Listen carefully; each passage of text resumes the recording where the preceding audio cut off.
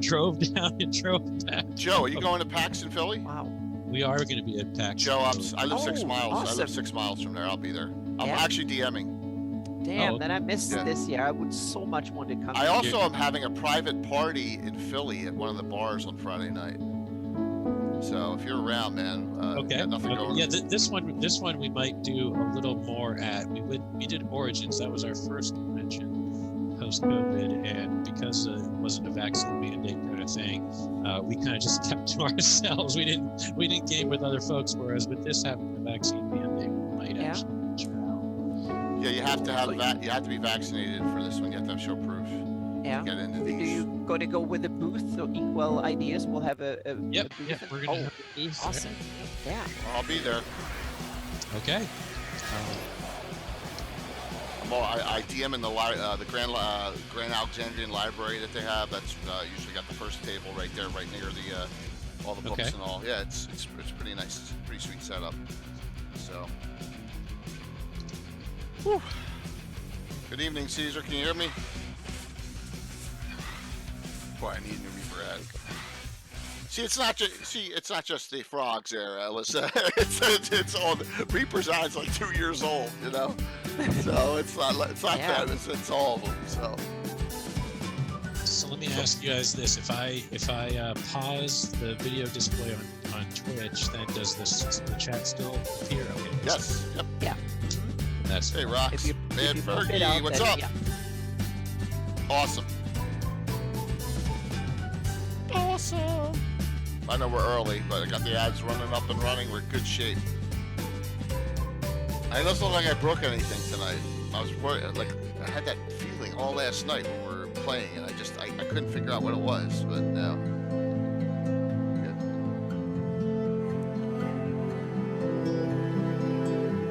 I'm in control of one now. This is over.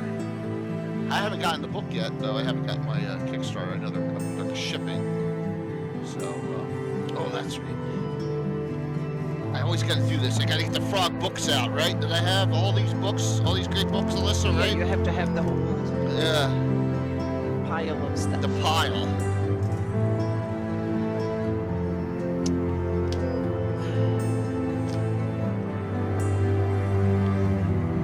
Really excited about.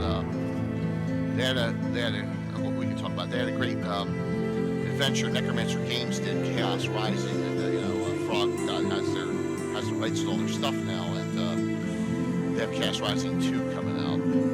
That would be awesome. Same author, so really looking forward to that. Looking forward to it. Some 3D stuff coming up. The shout-outs are okay. Always talking to myself here. Yeah, that's good. Yeah, I know. Be more optimistic. Yes, Excel. Yep. You're absolutely right. You're right. Now, why would Tim be calling me right now? Well, he knows you're coming on, so he starts the All show. right, So what's up? Okay.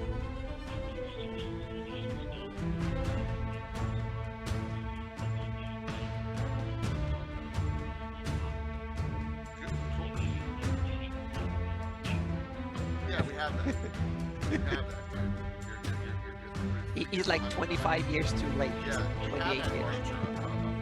What about your everyone's listening and talking to you now. I got facing aperture. Listen, right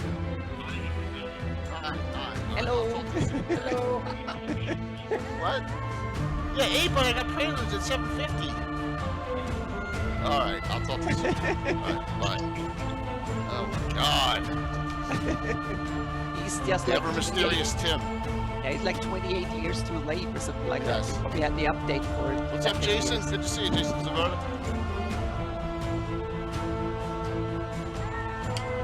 Gonna be overpumped up in coffee tonight,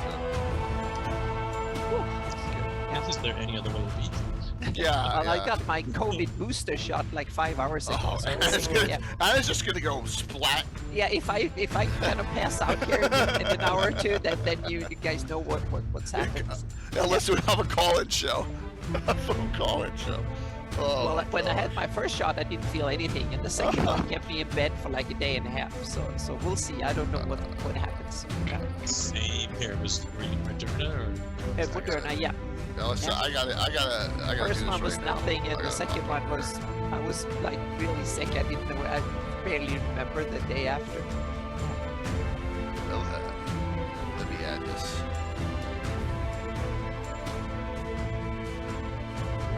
All right, Alyssa. Now, chat. It may take a second. Chat now. You should have a little diamond next to your name. You should have one. Should have had one. That's my apologies. There's Tim. Yeah. So, yes, Tim. Len made up that Archer update, and we have it. And we there you go. That is VIP'd, Alyssa. Yes, awesome. So, whew. Gamescape next. What time? 7:52. Look at this. We're good. Yeah. Running. So everybody's on time. Yeah. We've done some edits to it. He does so.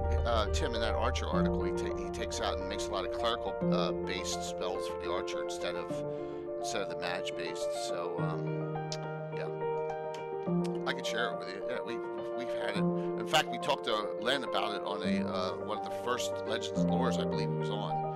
So it was either Legend Lore or the first or second Gabbin he was on. So yeah, there's some documentation of Len's changes. I think he did in 2006 or 2008. Oh, exactly. Yeah. Thank you, man, for the sub. Thank you so very much. Anything goes here, as you can see.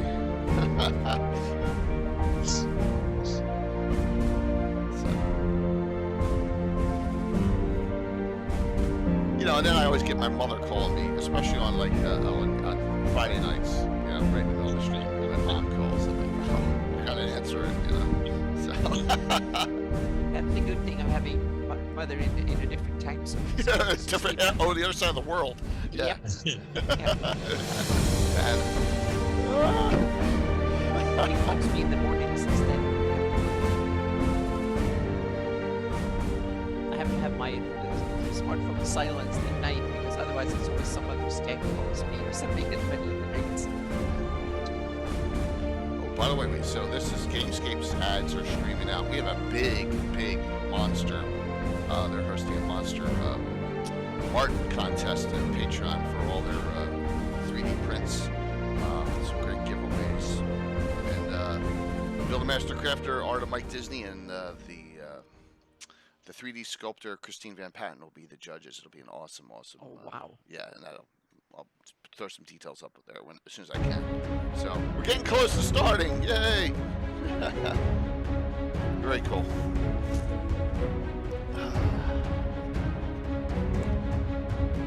It's just a plethora of riches with all the things that are available. And the RPG industry has kind of exploded in the last 10 years. And there still seems to be room for it because people are buying Isn't it. that cool? Kickstarter is successful. See it. And yeah. It's awesome. Yeah, great things. Great things coming.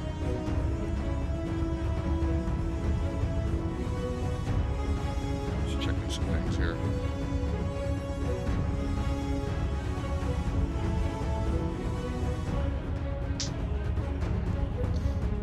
Okay.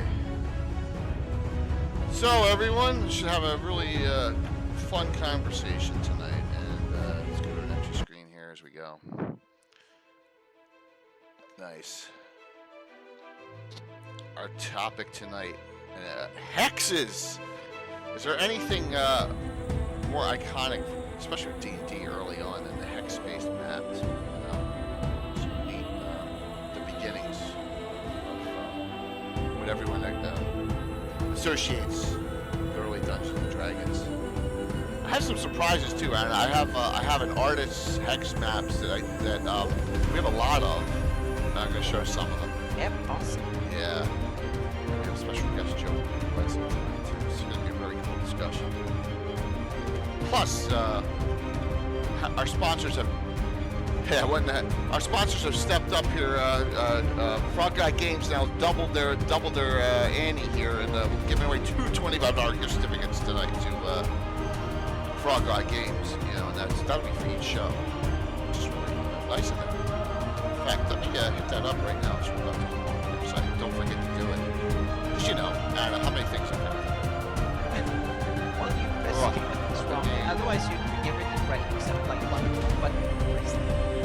Hey, Tino. I still have Darling up too. I got her up in the background. You can get credit for 2 shows on at once. So I kept Darling up in my background. So You always run 2, so now we know if the stream crashes. What's up? You run into yes, because but that's on my laptop. Ah, okay. Yeah, it's on my laptop. So yes. You have to hijack your neighbor's Wi-Fi or something. So Oh man, I got Comcast. You got Comcast down there in DC, Joe? Some people do, but I'm on Verizon. Oh, okay. Oh, you got FiOS. Yep. Yeah. I mean, I souped up the Comcast, and ever since I got that 1.2 gigabit, it works great. So, all right, let's come live here. We're coming a few minutes early, so we can just babble a little bit here. So, good evening, everyone. Welcome to episode 6. 6 months of the Fantasy Mapping Show. I'm J.K. Lurkazum, but I got the normal partners in crime, the fantastic Alyssa Faden and the wonderful Anna B. Meyer. Hello. Special guest tonight, Joe Wetzel of Inkwell Ideas. Welcome. Hello. Thank you for coming on tonight. So, yeah. Thanks for inviting me, and lovely to be here. I'm really excited about the topic here. Excellent. I'm going to shut up for a lot of this. So I'm going to Anna Alyssa babble now and talk here because this is such an iconic topic. So Anna, Alyssa, take it away here as far as Anna, entry kick goes. us off, girl. Okay, Kick us yeah, I off. wanted to since we're into the basics, I wanted to cover a lot of the basics for the first like 10 episodes or so before we dig into too deep into other topics. So, and one of the basics I think is hexes. It's one of these kind of, if you think about fantasy mapping, and I think it has its roots in wargaming hexes, that it came from there, and it kind of carried into D&D and other role-playing games early on from the wargaming roots to use hexes. And we all know the Darlene map and a whole bunch of other maps that kept the hexes. And the interesting thing is that hexes have kept D&D and other role-playing games, especially D&D uses hexes to this day when it comes to overland movement. What surprises me is that they didn't go with hexes for the battle maps.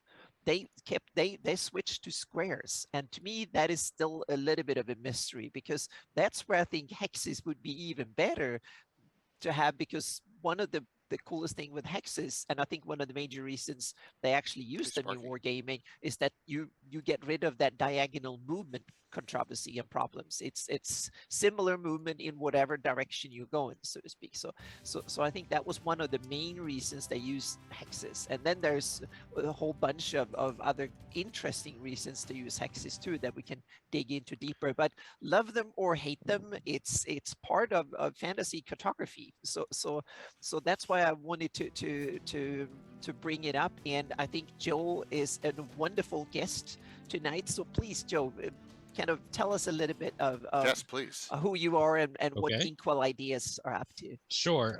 So yeah, specifically regarding hexes, we started out over 10 years ago, probably maybe even close to 15 years ago, making hexographer, hex map making software, which made the maps in the Mystara style with of icons, something close to that.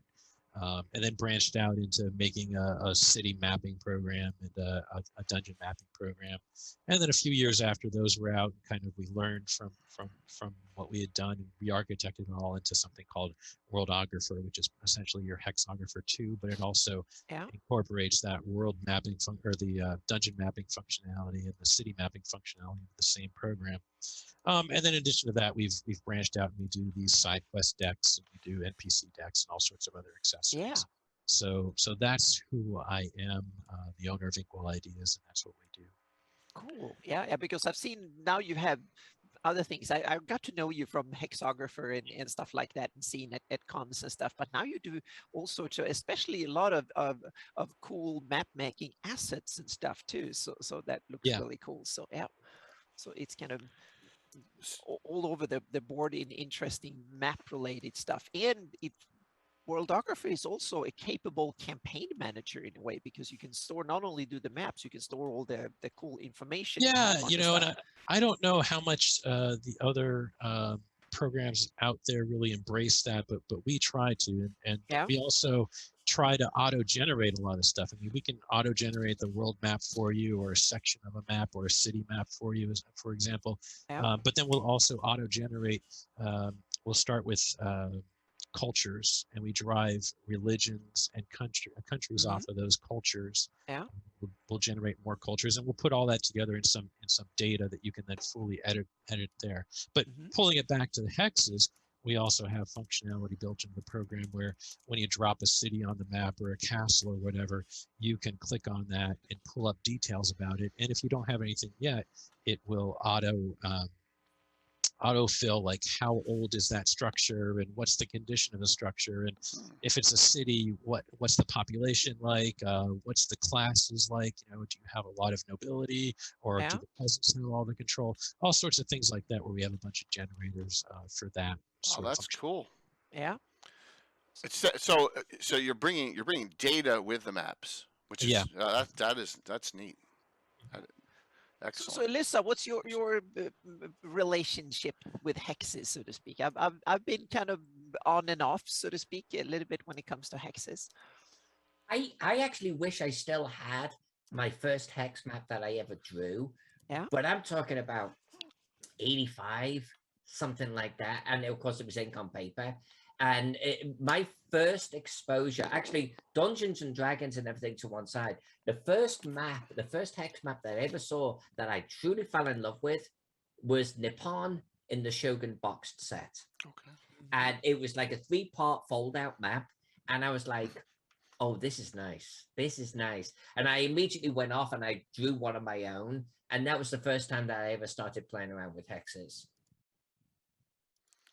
Interesting. So, Alyssa, I gotta go there. I mean, the game we both love is all. If you're not playing miniatures, hex-based BattleTech. It's all hex. There you go. Actually, no, that's fair. Actually, you know what? I should have submitted a BattleTech. I forgot to. I forgot to put one of them out there. Yeah, it's the coolest game because it hijacks every fantasy Greyhawk show. Well, Anna mentioned earlier on like battle maps and things like that. I think Mech Warrior is a great example of using hexes in a battle situation. You know, and the miniatures to show the scale is 300 meters or whatever. Doesn't matter. It's like this is an encounter scale map that we're dealing with here, and they're using hexes, and it makes total freaking sense. It really does. Yeah. For that instance, absolutely makes total sense, which is really cool. And that game. Hex. Oh, sorry. No, go ahead, Anna. Go. I was going to say hexes is also cool because it's a perfect way to do bite-sized things of a continent, of a kingdom, or whatever it is. And every role player have heard about hex crawls as a kind of adventuring style, so to speak. It's a way to handle overland journeys, outdoor adventuring, and bring it into bite-sized stuff. And you don't really need a map. You can just take hex by hex and then fill in the details, roll some random encounters, and send the party to the hex, and then you just explore it as you go, so to speak. So you know what you just made me think of, and this has nothing to do with our show, so my apologies to everyone. Mighty Empires, Games Workshop's Mighty Empires. It's a game, it's a board game, but it's like you get these individual card hexes, and you turn one up and you put it down, and it's different terrain and stuff. And so you end up with hundreds on the freaking table, and you always get to play with the fat belly that knocks the table, and the whole board is just gone everywhere.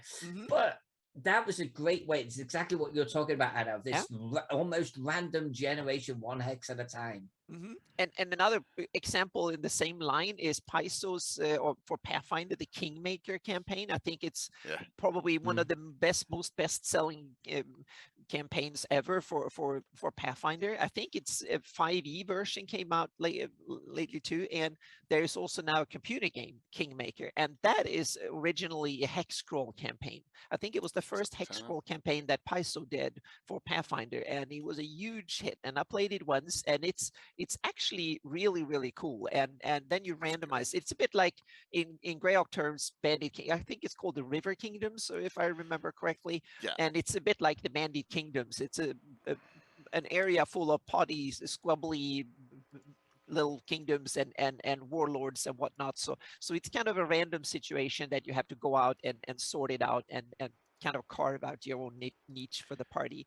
And it's a very interesting way of dealing with overland adventuring where there's a lot of moving parts, so to speak, that you can kind of put it into. Yeah. Well, hex size. Yeah. That Pathfinder Kingmaker. See, I'm a Baldur's Gate 2 guy, going back to the best one, and Pathfinder Kingmaker's got great interactions with the NPCs, and PCs, and that's a great one. And the new one that I haven't played the new one out yet. So I got as I've been bragging, I have all this time off in December. So like I'm there gonna, you go. I work like 5 days in December, and that's it. So I'm Mm-hmm. going to enjoy playing some games. Star Wars Old Republic, some Pathfinder Kingmaker, some other things, and just have some fun there. Jay, Go was to that the PAX. BattleTech map that scrolled past? No. It looks okay. No, I think those are illicit maps, aren't they? Okay, then Alyssa, show us. There's been so many cool maps there. So please. So let me do this. Yeah. Let me go and let's just go iconic first, right? Yep. Let's go to Ultimate Iconic here, Joe. And here we There you go. go. There we go. As iconic as it gets. And of course, you notice I have my side of the map here. We can just show the other side too. you always show the, always the show my western side. part. Yeah. Yeah. And yeah, this is really, well, for people and most people watching this channel, it's the most iconic map ever made, probably. But also, Joe, there is a style for Worldographer. Can you still? Right. It was for Hexographer that you can make a map that looks very stylistic like this. So and I just ported over the instructions on how to do that in Worldographer as well. Oh, awesome! All right. So I mean, it's always been something that's available. I have this. So I have this for you, Joe. Is that a reference to it or no? No, that's more the Mistara style. Okay, all right. So you have another one. But Joe Block did actually the whole planet in using Hexographer in that style. That those maps look really good. So yeah. I got a lot of good data in here. And please note, just tell me what I have. Everything you all gave to me, I have it in, so I can pop it up right away. So if you don't know, and we had Darlene on a couple weeks ago on Legends and Lore, and a lot of people don't even know about this one, the Haunted Highlands map. From Troller Games was done in that style and in the Hex and Darlene style. So this is and this is the 2000s era, but it was nicely done, and this is available to this day. This is available for digital download on the site very inexpensively to get something else in the Hex that you can utilize if you're playing in that campaign, or just to have something that Darlene has done, Hex-wise. So very nice. You didn't have to cut this one out of plastic sheets. Yes. Oh my gosh, that story. Yeah. So I think I've seen the original Darlene map, by the way, because that's the one that's owned by Alex Kammer, isn't it? No, it's not. I don't think he has. Maybe he has it, but he didn't show it to me. I've seen the original Forgotten Realms maps when I was at Gamehole Con. The one that he had in the game hall itself upstairs. Yeah. Mm-hmm. Okay. Yeah, Ed Greenwood sketches from it that are. I thought he had the original Darlene. I might be mistaken. No, but there is a big Greyhawk map that is on display at Gamehole Con down there. I forgot who made it, but it is it's not the original map. It's a larger map. No, not that one. No, we're getting a little off topic, but he has one actually in the game hall, like in his gaming room. Oh. And he had actually out on display. Okay. And he was like, Alyssa, you got to see this. You got to see this. And I was like, oh, I think that's the original Darlene map, but I could be wrong. Yeah. It wasn't as large as the one that they have on display in the con. Oh yeah, that one is huge, smaller, which is kind of cool too. So yeah. Everyone who's coming on, Frog God stepped up. 2 $25 gift certificates tonight. Okay, not 1, 2. So thank you very much, Frog God. And I should shout them out, of course, here. If I can find it here. Oh my God, I got a lot of stuff. There we go. So, Joe, Yes. when did the inspiration come to do what you're doing now? Where did it come from? At Sure. what point did you like, my gosh, I want to do this? Tell us a little bit Yeah. about that. Yeah, when I started Hexographer, I was actually working on a contract for DARPA to do a mapping system for soldiers going out on patrols in Thanks, Max. Iraq and Afghanistan, and it had a lot of stuff where you had you had networks that weren't reliable, so you had to have a lot of infrastructure, a lot of fun, interesting research going on regarding that. But I was the lead on the UI for this application, and I was like, gee, I'm learning a lot here. And then I was a long time admirer, especially of the Mystara hex maps, and I was like, I'd like to make something that I can use to create maps in that style easily, where I could just auto-generate them and then tweak the terrain to fit and go from there. And the data model for that just popped into my head of how to do it. And the next thing you know, a week later, I had a prototype up there and had a few people using it. I was posting it on Dragon's Foot, and then just continued iterating and adding features and building from there. Okay. What year was that? I think 08. Okay. Might have been 07, 08, but I think it was 08. Okay. So what is the hex map the most popular aspect of what you do as your company, or is it the add-ons you're now providing? It goes in cycles, Okay. but probably Worldographer is the Okay. biggest there. I think key is really Matt Colville used it in one of his early videos. And so There you go. Yep. That's a home run there. Yep. yeah, people keep coming to it and seeing it recommended there. So that's one thing. But over time, we've also done the Dungeon Morph dice. That's another little thing that we've got little dice designs on these little Awesome. dungeon designs on dice and cards and so forth. And so we're working on more of those in the near future. We just completed, or we're in the process now. We just received, and we're completing the shipping of our side quest decks, our latest Kickstarter of these. Cool. Actually, that was the first that kind of went really bonkers for us. With the Kickstarter. What is it, a card game, or is it a reference deck set? It's just an add-on for your games, a system neutral. Every card is its own mini adventure. You get a little bit of background info for the GM, one or two ways to get the party involved, several encounter ideas that you can pick and choose from, and then one or two follow-up ideas. That's one side is an outline, and then the other side is the main map area. And we built a lot of those maps using Worldographer. Excellent. Yeah. So Tim brings up a great point here, and Doc, I won't forget your question about what was the first adventure with Hex, but Tim, how Hex maps go lead to topographical information. So let's bring up a Legends map. How about that? Here we go. I have an ultimate, and this is as topographical as you can get if I have it on here. Whose is this, Anna? That is not mine. So I know. Anyone out there know whose map this is? I have another one. Yours? Nope. Another one. It's interesting to see how they are. They use basically the same method Darlene used. It's on the Greyhawk map. It Gasumba? Is it Gasumba's map? It is. Len Lakofka made those. Okay. Oh, damn! I Yes, should have Josh realized Bob that. got them. Yes, there you Yeah, are. I Len should have Lakofka realized maps. because I looked at the topography. Yep. Yes. Yep, that's Len uses that. Len stuff. Damn, I should have. Yeah. Absolutely, and so Yep, and it's that the Len led style. to, and here's another Len map with Hex. Yeah, that that he one used. I recognize Yes. because that's one I found and scanned in myself. So yeah, The Companions Incorporated. I guess they made the. they made the hex sheets. They and made the he hex got sheets back lots in the of them, day. I Wow. think. Yep. So Yep. yeah, Len exactly. Len loved cartography. And Len loved detail of cartography. And let me see. Here's a map of Nyrond as well from Len. It's all hex. with Yep. the Celadon Forest. I mean, I had Yeah. these when I first met Len. He sent me a whole packet of stuff, and I scanned it in, for him because he didn't have any digital copies, and this was all the great stuff he did in Hex. So For some I reason, he wanted to didn't share. send them to me. He didn't send maps to me. That was actually, I got all the maps very late, so to speak.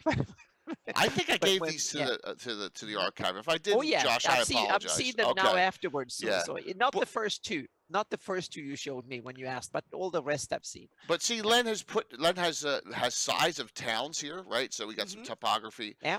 He's got some other neat things on this. So he's really Yeah. done got some detail where it looks like it's type. He typed in these names Yeah, with a typewriter. he probably must have put them put it in. in Yeah, I don't know typed. how he did that, but it's kind of some of them are regardless of the style, they are technically masterpieces because you have to realize a lot of them are done 20, 30, 40 years ago. So Yes. so we didn't have modern day technology or any of that stuff. One so. more to reminisce for Len here. Oh here, yeah, and that's definitely. this. That's his style of this, town settlement mapping, so city Yes. mapping.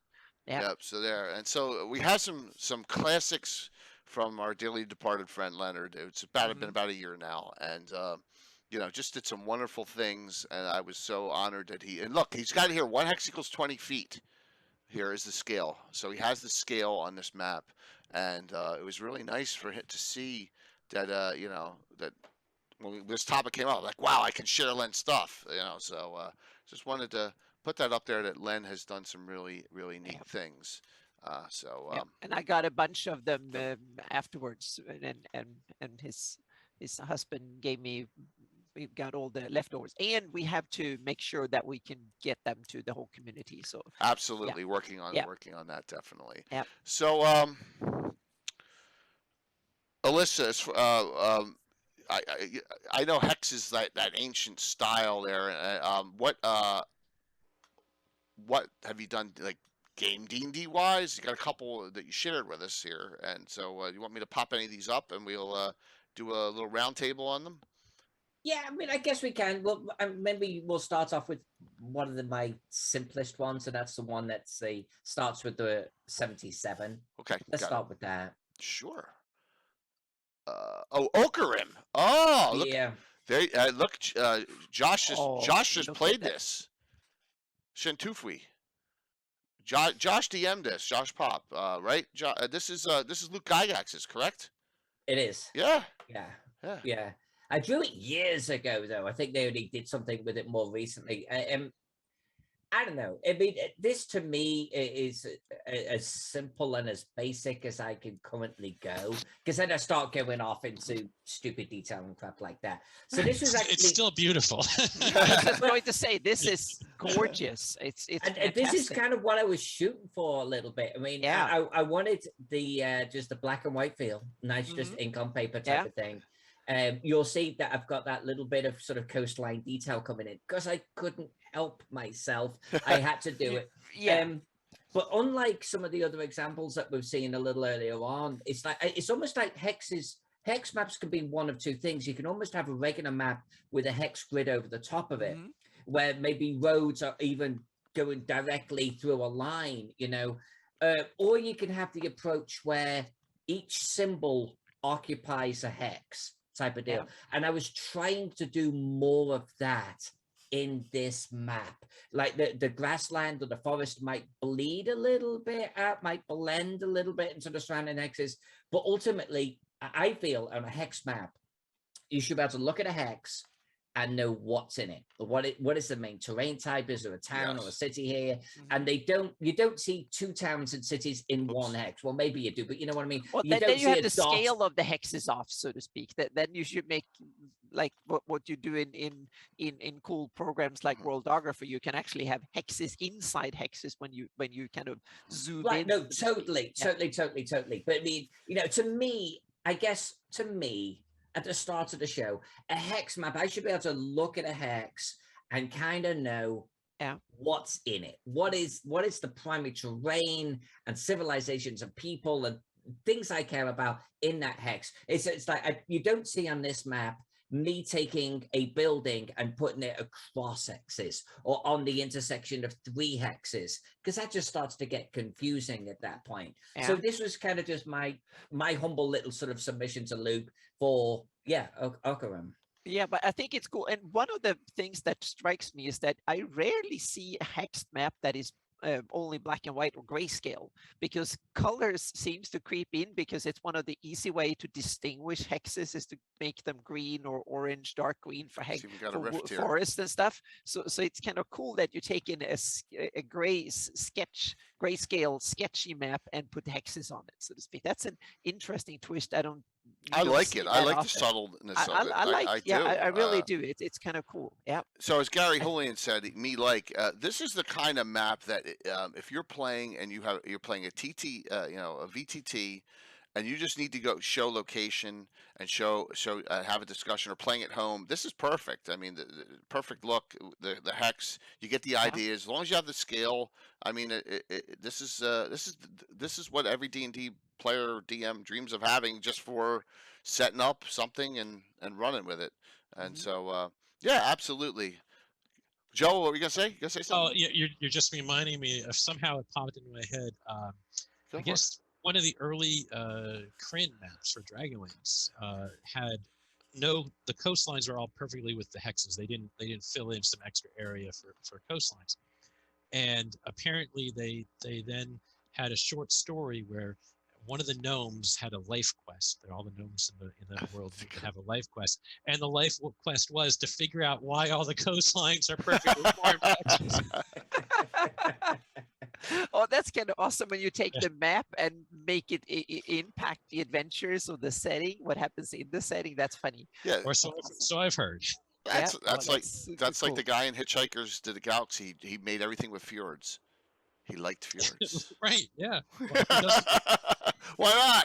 So, very cool start off here, Alyssa, and I know Josh actually ran this for Virtual GrowCon, which is really cool and ironic and great that that he ran this adventure, and probably did not know, Josh, that it was a Alyssa map there. So excellent, very easy to annotate on top of this map. Yes. So Gary, this is placed in Greyhawk.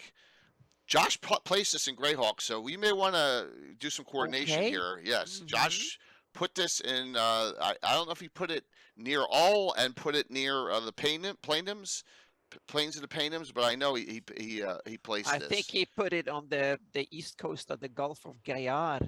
I think. Did he? The Paynim west coast. That's. Oh, okay. Geographically, that would fit fairly okay. I think. Okay. I don't know about politically cool. because I know nothing about Okirim. So Okirim. But it was cool. Anna bringing some serious knowledges right here. Yes.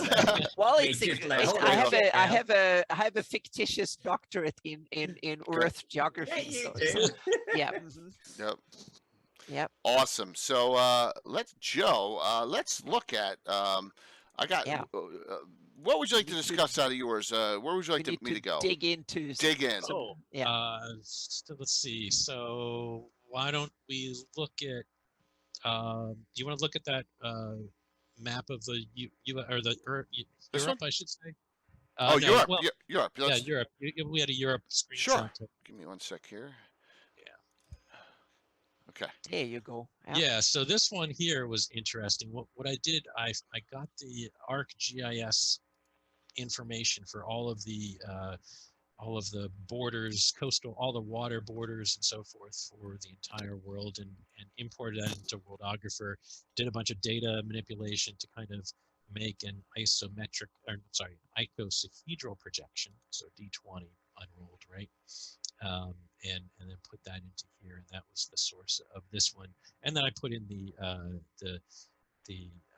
Mystara style icons on a higher level. What you're seeing is drilled down one level, so that you got that hex within a hex. So you've got 6 hexes across per larger hex on this map, and that's how that came It's so cool that you take in real data and you put it in like that. That's fantastic because Yeah, but I should say that's not a standard feature of the program. oh, That's, I was say, damn, I you custom, need to put that yeah, in because I can right, well, then I'll put GIS data from Greyhawk and then we can plug it straight in well, and I can auto work on generate it. pulling that functionality out into something exposed to people. Yeah. It's so how long did it take? It took about a day to do all of that Okay. manipulation and everything, and then it probably took another day actually to look at all the different. I'm looking at different maps, like so. I'm pulling up a map of Europe with biome information and elevation information to decide. Okay, here is forested hills and here's forested mountains, or you're trying to figure out exactly which Yeah. type of terrain to use. So. Are the rivers the most difficult because they don't follow the hex? Well, in this case, they were easy because that was straight from the ArcGIS information. Okay. So you just transpose that layer on over. Okay, on Right. it. Okay, excellent. Because I know that Darlene always talked about because Darlene had to lay multiple layers of just. Oh yeah, and over she had to cut them out of a plastic film and stuff. Yeah, so and no undo different any era. of that stuff. So that's a different era. Yeah. Yeah, different her. One other thing I will say about this map that I've got functionality in Worldographer, which I think is kind of cool, and I don't really talk about it enough, and I don't really even use it myself enough. But all of the features on the map, and in our case, I'm calling features are your cities, your towns, those sorts of icons, can be tagged with like a date range. And so you could say this city existed from 1000 to 1500, Oh, and then nice. you do a cert. You can basically customize the view of the map to what was there in a particular year. And I think that's That is neat. Yep. That is really cool. So this is as I can see in this upper corner. Do you have the entire world done, or is it just? yeah. Oh, The wow. entire work was done for that map. Wow, And, nice. and that is such a cool, the D20 projection, Yeah, icosahedral projection is, you basically, for everyone who doesn't know projections, it's basically to wrap a globe on a D20. And it's the kind of the playing game projection. Of choice. Yeah, exactly. And it's fairly close to it's much closer than a flat rectangular projection. It's not as good as your standard Mercator projection. Well, it depends because the good thing with it is that the errors are evenly distributed around the world, which is kind of good. A lot of the normal Mercator and all the projections that we're used to seeing, they are tweaked to work in Northern Europe and North America, and the rest is often very when you get close to the poles. So I think the icosahedral is very evenly. You spread the difficulties evenly across the planet, so it's very kind of it's a great projection that way. The problem is that you cut parts apart, so to speak, so it can look a bit difficult to look at. And the main use for this is old sci-fi. In science fiction, this was people who played Traveler and stuff like that have seen this projection a lot from these and early there was games like Elite, whatever they were called, early sci-fi games on PCs and stuff back in the day, but they auto-generated stuff. They had this projection, and in science fiction related games and so on, it's been a mainstay forever, so to speak. In fantasy gaming, not so much, because it doesn't give the fantasy look, so to speak, in when it comes to the other place I saw it, so in addition to Traveler, the other place that I saw this that was pretty prominent was you had the World Builder's Guidebook was a TSR in the mid 80s, which was done by, and I'm drawing a blank on the name, and I'm trying to name drop because he's the current studio head for D&D, right? If I remember. Yeah, I should know him. I'm drawing a name blank on somebody that I shouldn't. This is an unpunched rise and decline of the Third Reich war game for. I want to take a look at the Europe for this. Yeah. There you have classic war games. Yeah, there you have with hexes. And stuff, all hex. I know that's probably games like that is probably the reason we have hexes so prominent in role-playing games, because they come from the players who played those games were the ones. Starfleet Battles too. Yeah, that's right. Starfleet Battles as well, Traveler as well. Look at that Caspian Sea. Yeah, very cool. Very cool. But I'm me out of Europe. I'm still perplexed that they dropped hexes and went for squares when it came to the movement in encounters like when you have combat, so to speak. In third edition, there was actually rules, and Pathfinder also have a variant where you can use hexes for close combat and melee Is it and just stuff. a matter of easier to draw the square rooms? That's what I think it is. That's Square probably paper and because, yes, yeah, hexes are different. GURPS does use the hexagons for their tactical combat, but you've kind of got to squish the hexagons to get them just right, if I remember. Yeah, hexes are difficult to draw by hand or something like that. You need to and it was interesting because I was trying to, for this show, I was actually figuring out, and I have the a link. I'm going to drop it in chat. How to actually draw actually how you draw hexes. There was an interesting website that has it. There you have the mathematical formulas and all that in order to draw, and that's something that Joe knows because he has a software that does all that. So but for laymen, and how you can do it in different tools, and it's more complicated than you think. Thankfully, most drawing program like Illustrator and stuff like that have hexes built in. But and now when it comes to it, and then and people who've seen my Flanese map knows that I put 12-mile hexes first, and then we had then I made a 30-mile hexes because we know that the Darlene map have 30-mile hexes. But I started with 12-mile hexes for my own, and there is actually 96,000 something hexes on that map, and they all numbered in a special order. And I, of course, I tried to first to just use Illustrator to create hexes, and then I realized there's close to 100,000 hexes. There's not a chance I can do that manually, even if I have hexes and then put them together, so to speak. It will take forever. So I was like, someone must have figured this out. And there was, I think, a German guy who made a wonderful tool called MK Hexgrid. It's a little DOS program that you simply run on your computer, and you have a little text script file. So you open a DOS window, and then you run it with, and then you add the name of the text file, and then it spits out the results, so to speak.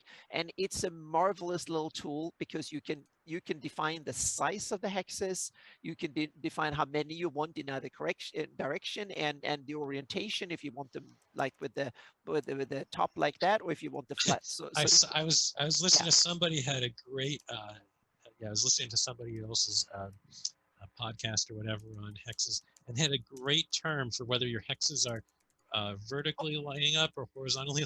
Yeah, I was going to say, well, is there terms for that? I think we should use this one: hexual orientation. Yeah, that's a good one. Yeah. Yeah, and also that MK Hexgrid, you can also add manually or like automatically add whatever numbering you want. You can put in whatever, how the series you want, so to speak, per row, and so on and so forth. So I wrote my little script and I ran, but the problem was that I couldn't generate all of them because the SVG file that it generated was so big that it crashed my computer. So I had to run it like 20. Crash your computer? Oh my gosh! You crashed my computer with 128 gigabytes of RAM in it, and so on. This, you have to remember, this is 6-7 years ago, so it was my previous computer. Maybe I've been able to run it on this one. So then I actually stitched together like 6 parts or something. So then I had to run the script and calculate so I got all the numbering right, so to speak. That took me a week. So that was a lot of work to get that done. So now I probably have to do the same thing for the Hepmona land map. So I had to figure out how to solve that. So I have to, that's what the good thing, I dug into it for this show. And I'm going to post the link to that webs to MK Hexgrid maps. Yeah, because if anyone wants to do hexes for their own map and put numbering and stuff on it, that program I think could be a godsend to do it. And you can do it PNG with transparency. You could do SVG, which is even better because you get a vector, so you can scale them, and you can set the size in inches or millimeter, or I think you can use either metric or imperial. I'm not sure which. And I'm grabbing that myself, Anna, because honestly, I did a hex map recently, and it's like, oh, this is a pain in the ass. And I only had something like 100 of them to add, and I was bored. I was so bored at 50, Yeah. So that's going to be great. Yeah, it's actually a really good tool that I've discovered, so to speak, and it's free to use. So you can just download it and use it, and there's even a Linux version and stuff on it too. So Anna, this was in your pile. Did you do this one? No, it's actually from Worldographer. Oh, I just wanted to okay, show great. the projection. I wanted to show the projection, the Awesome. D20, the icosahedral projection, because it is kind of cool. It's, to me, it's kind of intimately linked with hexes. It's a projection.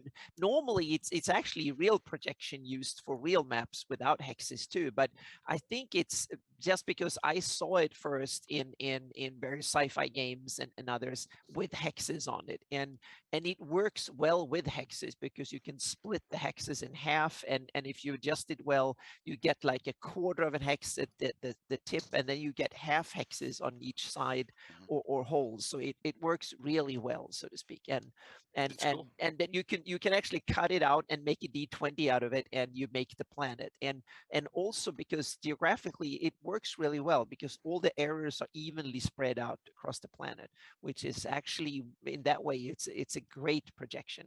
The problem is that it's not so beautiful to look at. That's the problem with it. When you just look at it like this, it cuts the terrain, especially if you look at Earth geography. It cuts North America and Asia and Europe into triangles like that, and that's probably why they rarely use it.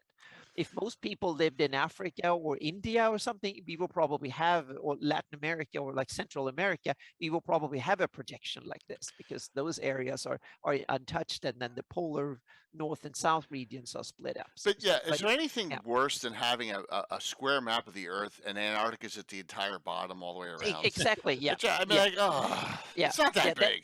Exactly. That's why this projection is actually very good because it's fairly accurate. It's equally accurate roughly around the whole planet, which is actually really awesome. It's rare to have projections that are that good. Yeah. Very, very cool. Yep. So, all right, I'm going to jump into this. I'm going to jump into this with a map that I did. Yeah, with Hex, please. Okay. Please. I rarely do. This is going to show how bad I am with using just bad. All right. So I have two maps. This is Darlene's map blown up, and then I edited it with CorelDRAW. So here you go, Hex. Mm-hmm. Yes, look at that. Yeah. The old Order of Ulick map, and look, Altamira is even on this map. So I've taken in. This is my level. Good company because they had products published by TSR that did exactly the same thing what you did now. They actually blew it up and then used whatever tool to just add little details on it. So TSR did the same thing, but they did it in black and white. Look at the Temple of Elemental Evil, T1-4, and several of that era. They did this too. They took the Darlene map, zoomed up, or like simply enlarged it and typed in places. Yeah. There you go, and there's Selene, and that's it. So as you can see, I've placed. That's my limit of my technical capability. And thank you, Skagith, Dice Corner. Good to see you. Hi, Skagith. But from this, we at least Anna and I, when we started putting the edits in, we knew exactly where everything went. So that was a good thing on all that. But I just wanted to shoot there. I feel like I accomplished something in 6 shows. I showed 2 maps, right? So very cool. All right, so oldest game that you recall in D&D, Doc Shoulder asked, is it D3? Is it the Underdark? Does anyone know of one before that? So, and that is this map. Okay, and this is the map you get when you go into the Underdark. Is this the oldest that anyone... Will we see the turtle? Exactly. I know, they're going to bust my stones now about my South Jersey accent there, Joe. So, yeah, the Philly accent, the used guy's accent. This is... Anyone know of one older than this? I mean, the D series, this is so iconic, and this is like, you got all these weird symbols on here, and this is, each hex is a mile, if I recall correctly. Yeah, underground, it's kind of interesting, and it's both good, great, G3. And bad at the same time, I think. It's G3 and D3, absolutely. Oh, we had a question for you, Joe, about did Bruce Cordell write Worlds? Oh yeah, no, it wasn't Bruce. It's a Ray. It starts with Ray Winninger. Yes. Oh, there you go. Who it is. When you said Ray, then I remember the rest. Okay, great, fantastic. All right, Very, very cool. There you go. That's so we believe, Doc, that G3 D1 through 3 is the oldest hex ones that we know of. That never might been be some when other it comes ones. Yeah. to D&D. That's Okay. might very well be. Yeah. Okay. Yeah, Excellent. because we have to realize this is long before the Darlene map. So That's true. yep. That is true. Because they were in Yep, the late it's before. 70s. That's true. Yep. Mm-hmm. Yep. Excellent. All right, there, Alyssa. What do you want us to pop up on this? We have Blueholme. So Blueholme is I've seen a lot the Blueholme publications on Drive-Thru RPG. Is it the same? Yeah, it probably is. Let's, all three of these have something about them that I feel is a story to be told. Okay. Let's pop open Blueholme, because what the hell? There you go. Okay, cool. Go. So this was one that was not drawn as hexes, and yet you could tell the original was hex based. Yeah. That's the thing. Right. Yep. Yeah. Like the islands and the coastline and stuff. Yes. Yeah. Okay. Yeah. So this was one of those where it absolutely wasn't given to the clan as a hexes, but his original was hexes. And so the net result came out very hex orientated. So I wasn't allowing myself to be bound by hexes. Doesn't matter. Net result screams hex. Yeah. And this is super, super, super detailed. But this map was actually pretty damn big. I've got individual little tiny icons for all sorts of different types of buildings on here. And each one's individually drawn. Like there's nothing sort of copy pasted on this. It was kind of not an anticipated level of effort. Let's just say that. But yeah, I thought the fun thing about this is every time I posted progress on it, everyone would go, "Oh, it's a hex map." Everyone, it was like even the shape, the angle of the desert goes down. Yeah, right. Okay. It just screams hexes. The way the mountains go just screams hexes. Yeah, but I think this map is a good example. Even that it doesn't have hexes, but it ties into one aspect of hexes that I think is one of the benefits of hexes, is that their angles actually make them very good for isometric maps, because hexes can be laid isometrically and still work, so to speak, really well as hexes, because those angles are close. So you know what that map reminds me of? This map. You ever played the Might and Magic games? Oh yes. Yeah. Oh yes. It does very much. Yeah, because you have you have the character you're playing. Yeah, that's what it reminds me of. So. Actually, yeah. Now you mention it, and I don't think I've ever thought about that before. But yeah. I love that game. I love those games. Yeah. They kind of went off a little bit at the end for me, but yeah, I put many hours in those. In fact, I ended up creating a mod for one of the early ones of those, like an actual map, and all my friends would play it. So yeah. Yeah, very cool. In fact, I actually brought my game world into Might and Magic. That's what it was. That's great. My players actually were seeing locations in my game world while we were playing Might and Magic. That was fun. Yeah. Yeah, that was. I mean, back then, that was individual characters playing, and it reminds me so much of this map, and that's cool. So yeah, you got the hex feel on this one. So do you know what by accident? Yeah, by accident. Do you know what year roughly this was? You did? Oh, I want to say only about 5 years ago, 5-6 years. Right, because I know Blueholme has some old school adventures on Drive-Thru RPG. I'm almost positive. I think I have some. I'll take a look on my machine. And I wouldn't be surprised if they have the original hex version of their world or something, and then they gave me one of those and said, "Now do a full-on sort of semi-isometric version of it." Is this campaign cartographer? Because I noticed that little. No, okay. Because I know then the distance scale looks a little bit like the one that they use. Yeah, I should have done this earlier. I should have done this earlier. I can't comment about. But this isn't. It isn't. But Yeah. remember, they're back. This might even be a little bit older, but I came from campaign cartographer. I did ink, then I did campaign cartographer. So when I started first doing maps, there was a lot of influence from campaign cartographer. Sure. Yeah, it's a great tool. So I don't know how well they support hexes. I think they do. They have a hex overlay. I'm sure they have both hex. Okay. Yeah. I believe they came out with a hex add-on terrain pack type thing at the very least. Yeah. Cool. So is this hand-drawn Photoshop? Sorry. Or what was it? Yeah. Well, you know me nowadays. I hand draw in Photoshop. So oh, okay. Yeah. Yes. It's hand-drawn, but using digital tools. But no, so, it was hand-drawn, and it had to be because this particular client was like, we want every building to look different. We want the dwarf stuff to look different and the elf stuff to look different than the human stuff. And by the way, we want towns, ruins, thorps, hamlets. I'm like, holy shit. Okay. You want everything. Yeah. So that one ended up being some effort, that particular map. And I'm not even sure you see it. That's unless you printed it like this.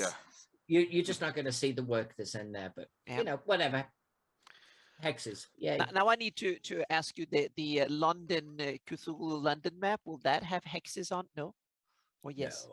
No hexes on that one. Yeah. No. Yeah. They didn't invent hexes back in 1890. Ah, okay. So fantasy have hexes older on back in the day, but yeah. No, there's no hexes. Cthulhu has no hexes. But you know, actually, this is off topic. And you can't see it, but you see the actual behind me. This kind of like map title that's going on here. I got this. I was very heavily inspired by two maps from the period, right? And one of them had this wonderful line on it, and it goes. A map divided into half-mile squares and circles. Oh, it's actually got circles on this, and it has a little heart of London, and it goes out in half-mile increments. Oh, that's cool. Like almost like a little radius, like so to speak. And it's just the line itself. But it's like military maps that you use in military because you have something called bullseye that varies. So the maps that are used by military and used for like 24 hours something, then you put a bullseye on it, and the bullseye varies from time to time, and references are direction and distance from bullseye. So there you can have maps with this has a little bit of that going on. So it has this little bullseye, has this little half-mile increments coming out in circles, and it has a half-mile grid on it as well. And I was like, that is just so darling. I have to use that. Yep. Yeah. So but no hexes. Big Mac says London has a ton of road junctions called circus. They're kind of a bullseye. Yep. As well. Yeah. Oxford Circus and yeah. Okay. Awesome. Yep. Joe, I got a couple of your maps up here, and sure. So this one is called Classic Note Text. Yeah, well, the file name really doesn't have much to do. It doesn't tell you much about what's going on. Okay. So yeah, this is us. What we've done here is this is your classic Mystara terrain icons here. Okay. But as I think Anna and Alyssa know, Inkwell Ideas, I have a cartographer working for me. His name is Keith Curtis. He does a monthly, he helps us with our monthly Patreon, where we do new icons every month. And we also let people vote for a new feature to add to Worldographer. And this is one of those icon sets. This particular set, if I remember right, is our Persian world icon stuff. So all of these things have a look to them, or actually Mesopotamia, I think. So they all have that kind of a look, and we do that every month. We've done all these. Post the link in chat to the Patreon right away. Oh, good. So, thank you, Anna. Thank you so very much. Yep. So yeah, we do these. We've hit bevy of different cultures, and now we've also started doing them kind of more terrain based. So last month we did a bunch of forest things, and this month we have a swamp things where we've done we just posted a preview of swamp buildings and structure and terrain for a city map, if you will, in a town. They're starting to look better and better. Before it was like, oh, that's old Mystara and stuff. Now they're starting to look really good. Yeah. And so that this one here is the classic, where we still take them. It's still Mystara inspired, but we increase the color palette, where you don't have to have one color, for example. And then if you flip back to the other one that you Sure. had a moment ago, with this one, this is our isometric world style. So as Anna was saying about, you can do isometric things with the hexes. So yeah, we're just squishing the hex a little bit to do this kind of Civilization computer grains inspired graphics set, if you will. And again, like I said, we did different themes every month, and so we had a Fae themed month, and so we made city and town icons The and other talking tree. places of interest for Okay. the Fae. And what's good about this is you got well, look, Bridgewood Troll. Yep. The troll's right there, like Oh, lurking. that's awesome. Yeah. As you Bridgewood notice, Troll. yeah, with that you have multiple colors, palette selection. You got it looks like a little Viking ship here up on the Unseelie port, right, or some sort Yeah. of you know. So it's really great for you know, getting some detail into an area map for a campaign. Right, so I could go back to that world map and I could put in Greek Greek structures and so forth for the Greek locations, and Roman and Persian and so forth. Nice. How many different ones? Well, we've been doing this for, gosh, 18, 19, 20. We're almost done with 21. So yeah, 4 years, so 48 different sets. Nice. Okay. 48 sets. And if you're a Patreon member, do you get access to them? For the Patreon, you get the most recent few months, and then the older ones are all on drive-through. Okay, great. So they are all available, and that's good to know. What do you see doing like next? What's coming up next for this type of map that you're working on? I think I'll just have to go to the patrons and see what kind of things they want to vote for. I know we want to expand like I said, right now you can pull up a city and you can get all the details about that city, which are randomly generated. Then you can fully edit that. But I haven't done anything yet with like just standard terrain, where if you just want to click on a grasslands hex and have it auto generate some encounter that could be there, or some point of interest that might be there. I haven't done anything along those Random lines. monster encounter tables. That is kind of cool, because there's several games that have that type of travel rules and stuff. So that will be awesome to have that built into the campaign tools. Yeah, and perhaps even make it configurable where people can put in their own data. So if they want to. Yeah, you can put in like monsters with different terrain types, and then you can look in the monster database and then create some table for each hex, so to speak, or what comes up. Because I feel like I want to drop a couple of resources for that kind of stuff. I mean, I know since Frog God's sponsoring this, I mean, you've got that Tome of Adventure design there, which I'm sure has tables for just about everything in there, right? And along those same lines, you've got New Big Dragon has the D30 Sandbox companion. Yeah. And also Level Up, that advanced 5e, that Kickstarter that Neon World just did. They have that's one of the pillars they added to 5e, was the exploration rules that works with, that handles a lot of stuff like that. So yeah. Worlds Without Number has done that as well. Yeah. Their own stuff. So there's a lot of stuff out there that you can do to populate your hexes. The other thing though that I like to do is I like to, one-page dungeon contest. Just put a couple of those and say, here, this one's here, this one's here, this one's there, and you've got your starting area. That's a good idea. Yeah. Content, it's always good to get your community input on things and build around that, and that's a great concept. Interesting note: did you wait to episode 6 to do hexes 6 sides? I think that's just an ironic number thing there, Gitano. So, but good point. So, very cool. It was intentional. Anna planned it right from the beginning. Yep. So Anna, all right. So Anna, you giving me which one? Yeah. Hex 3D1.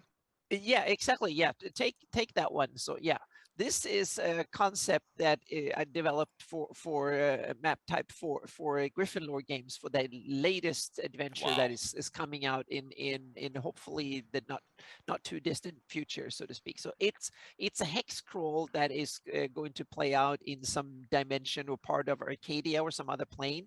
So it's surrounded by a kind of a mystic ocean kind of something. I'm not really sure because I haven't read the adventure. And the idea was to take it down to, I think it's 10 miles across or something like that. So these are huge mountains and stuff. So what I did was 3D terrain and then cut it up into hexes, in small hexes. So there will be, I don't know exactly how many, but there was a small continent we cut up into a number of these pieces, and they're fully textured, and then they will be, so there will be top-down version, and there's there's 3 different versions in the folder there, Jay. So you can kind of go from this is seen from one direction, and then you can have the same one seen from there, seen from the other direction. How high up is this? The mountains are tall. They are like 20,000 feet or something like that, really tall. So this so is to like speak. from the atmosphere, way up in the atmosphere. Oh yeah, it's way up. Okay. And it's an outer Wow. planar, so we went haywire, meaning the mountains are more impressive than they will be on Earth and stuff like that. Okay, yeah, So it's they're a high. realm that goes off the bunkers. It's something for druids on steroids and stuff like that to do it. So it's kind of Wow. a realm that goes overboard in somewhat. It has all the a lot of different climate zones from This is- desert to from tropics to polar in terrain, so to speak. And this is one of the temperate nodes, and it comes with a top-down version as yeah, well. So that's what I thought that was. so that's kind of an idea of how to take hexes into using modern tools and make them real 3D with topographical and stuff. The problem is that these aren't generic, so to speak. The one fit into the other, so they have they are custom designed to fit with their neighbors, so to speak. So they're not generic. Okay. And I actually did some experiments like almost 10 years ago on making generic hexes in 3D, but the problem is that there's so many dimensions and stuff, so they tend to always have like a kind of a normal or just neutral ring around them, so they look like a piece of terrain with a border around it to the next hex. So that's why I said that no, we're going to make, for this adventure, we're going to make them unique to they fit each other perfectly, but we still keep the hex to tradition because the adventure module is a hex crawl. So that's why we kept the hex. We could have done squares easily, but that's kind of cool because then you can go in 6 different directions to go to the next hex and adventure. So yeah. So I think that they're kind of cool in that way, that they're full 3D and stuff. So yeah. Okay. Love that. Alrighty. Questions, keep them coming. Hey, what's up, Balfrin? Balfrin, one week from tonight, I get to kill Balfrin's character. I'm just kidding, Balfrin. We play about, yes. Yeah. Battletech game. So let's La Plate de Chambre or Wenger? Actually, there's no following Anna on that one because they're just beautiful. Sure. Thank you. Thank you. But do the Le Pot de Chambre Sedan one. And because this is, look at that. This is a little bit different. And if we can zoom in a little bit on this one, this was actually for a war game. Oh, wow. A board war game. And I don't get asked to do that often. And I actually had a lot of fun doing this one. I started off actually doing swatches with the client. Like, so do you want the rivers to follow the hex edges, or do you want them something different? You know, how do you want to show low elevations, high elevations, you know, that type of thing. But I think this is within the spirit of the hexes that we're talking about. Yeah, hugely. I really love it. It you kept the old from the 1980s war game kind of style, but still made it look really cool, and it's in a way these are fantastic if you want to play kind of war gaming with big units and stuff. This is the kind of map you want because you can see the rules, the outcomes on the map. My style today with all the kind of cool looking graphics and stuff, what you do, you want to dial it down so you can see what type of terrain to affect movement and stuff like that. So I love it. It's fantastic. And and thank you. But it had some interesting challenges because, you know, you'll notice every road even. So the rivers follow hex sides. Yeah. That was the decision that I wanted to go with. Yeah. The roads don't. Exactly. They go through hexes through one of the sides. I'll tell you, the rivers do that for attack and defense purposes in military. That's exactly why. Right. But the roads, you can tell if a hex has a road in it or not. and there's no instance of looking at a hex going, is that a little bit of road in there? Right. So you I see was clearly. very clear, very distinct. Right. It either is road Yeah. or it's not road, even Yeah. though the roads follow the same shape as they did back then. Yeah. Same with the forest. I tried to ensure that the forest had a forest feel, Yeah. but it's very obvious if a hex is forest or not. There's Right. no blending or trying to really minimize it. Yeah. Likewise with elevations too. Yeah, and that's a lot of cover, and I'm going back to our game in BattleTech, light woods defense, right? Movement through the woods, more movement rates. I'm just saying that's something you have to consider when you're playing this style game. Now, if you're converting this map into a VTT play, you especially need it because then it's going to, whatever you're using, you may need to have it pre-calculated. Yeah. If you're in a forest or not. It's very important. So yeah, And very cool. this is something I want to do. That's why I want to have all the data for my maps, because I can actually generate squad leader the too. basic for this Good. from my elevation data and where forests are and stuff like that. So because that was one of the goals, is to try and make this type of map as well as one of the ideas, and that's why I want to use GIS. So a bit like Joe did with the hexes before, you can take the data and then you simply crunch it through and you get something like this, and then you can try and make it as pretty as Alyssa did, so to speak, because that's the other big challenge, so to speak, to make the data pretty. But I think this is awesome. Here's Yeah. my I had question. fun with this. I would Yeah. do more of these, Mhm. you know. Question is are these real towns or are these fictitious towns? No, they're real. That's So like, France. the client on this went all out for historical accuracy, and he got some kind of historian involved too. Belgium and like, France. But he got them involved like at the end of the project. And then that historian had changes. Then another historian had changes. It was Oh, one wow. of those. Yeah. And I was like, oh, there's more. Okay. But I- that is a subject for a future fantasy Mhm. mapping show. Yep. Because this map might refeature on that particular Yes, couple all of those- clients episode. Let me guess.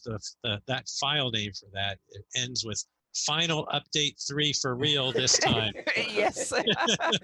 Yeah, so actually, funny story, a little bit of a segue, because this is going to be a precursor for a future show that Anna and I do. I actually went all out on this one. I gave the client 6 swatches where it combined 6 different ways of handling roads, 6 different ways of handling elevations, 6 different ways of handling forest. You get it. And it's like, mix and match. Tell me the colors you want, how you want to handle these things. We did all of that. We got it final. We got it locked down. I did this whole map, and it's huge. It's a big map. I got it all done, all finished. And it was like, can we change how we're doing elevations? Yep, I've been there. Everyone who does this commission work for clients, we've all been here. And if you want to do, you have to be prepared that when you 80% in, they come and say, "Oh, can we change this kind of something fundamental that will bring up?"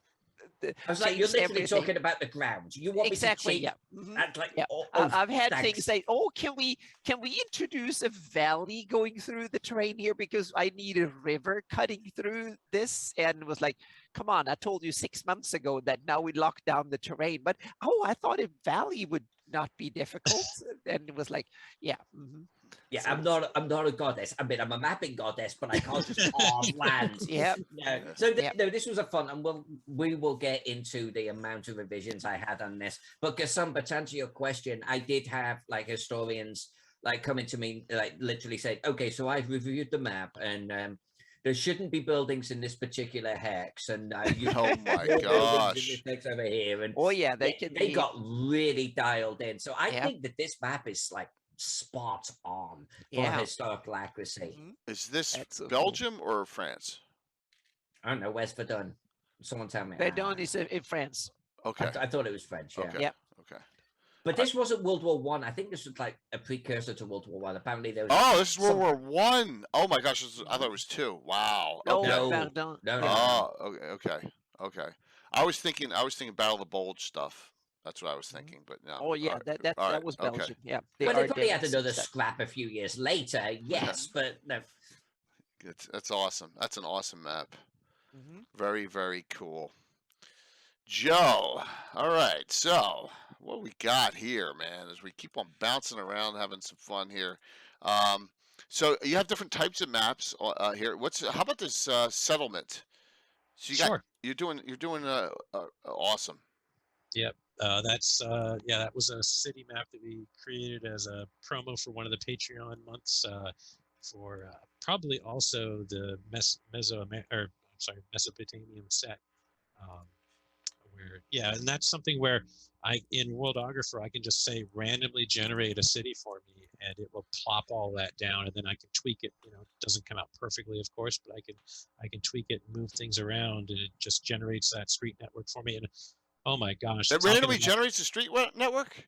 Does Really? that randomly, and I had to relearn so much high school geometry for how do you making sure that you can place your building so it is parallel to the slope of your line for your street. Wow. Yep. All that kind of fun stuff. Nice. Yep. Very, very cool. So Big Mac has a question, Joe, and we're going to ask this to you. What's the best coordinate system to use with hexes? Yep, that's really tricky.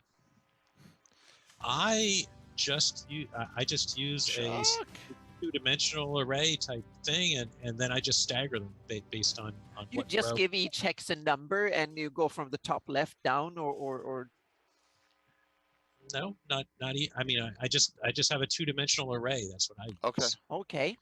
Yeah, because the Darlene have a system where you have the top down, because it's hexes that are what was the term? Like not the point, but the point is on the sides and not up and down, so to speak. So you get vertical rows, and then you get diagonal rows. So what you do is so you have the vertical rows are numbered with the letter like A1 and so on and so forth. So it's like as low, and then you have the diagonal are numbered. Oh, so when you have a hex, you have to look straight up, and then you have to look on the side somewhere, and it could be on the left side or it can be the right side, depending on, because as soon as you get low, then you have to look up to the left, and if you're high, then you have to look down at the right, because and that is very tedious to find it, so to speak. So labeling though. Yeah, exactly. You don't have to label each hex. That was why they probably chose the system of having the labels on the edges. But since when I did my Greyhawk map, I have the version without hexes, and I have one with hexes where you actually have a little number on each hex, and that the number is simply the vertical row and then how many hexes down it is, so to speak. So that way it's a bit easier to find it. If you just have the number, you can kind of look around and find it, so to speak, fairly easy. You don't have to go to the edges and find it.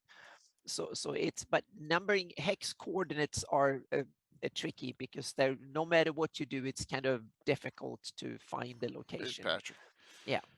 Yeah, Chuck is a little behind the ball like usual. Last second stuff, Troll Lord guy. Everyone else has their character concepts for next Friday Night Done, but except for Chuck. Well, they're trolls, so exactly. They don't plan ahead too much. Yeah. So my question is, building icons.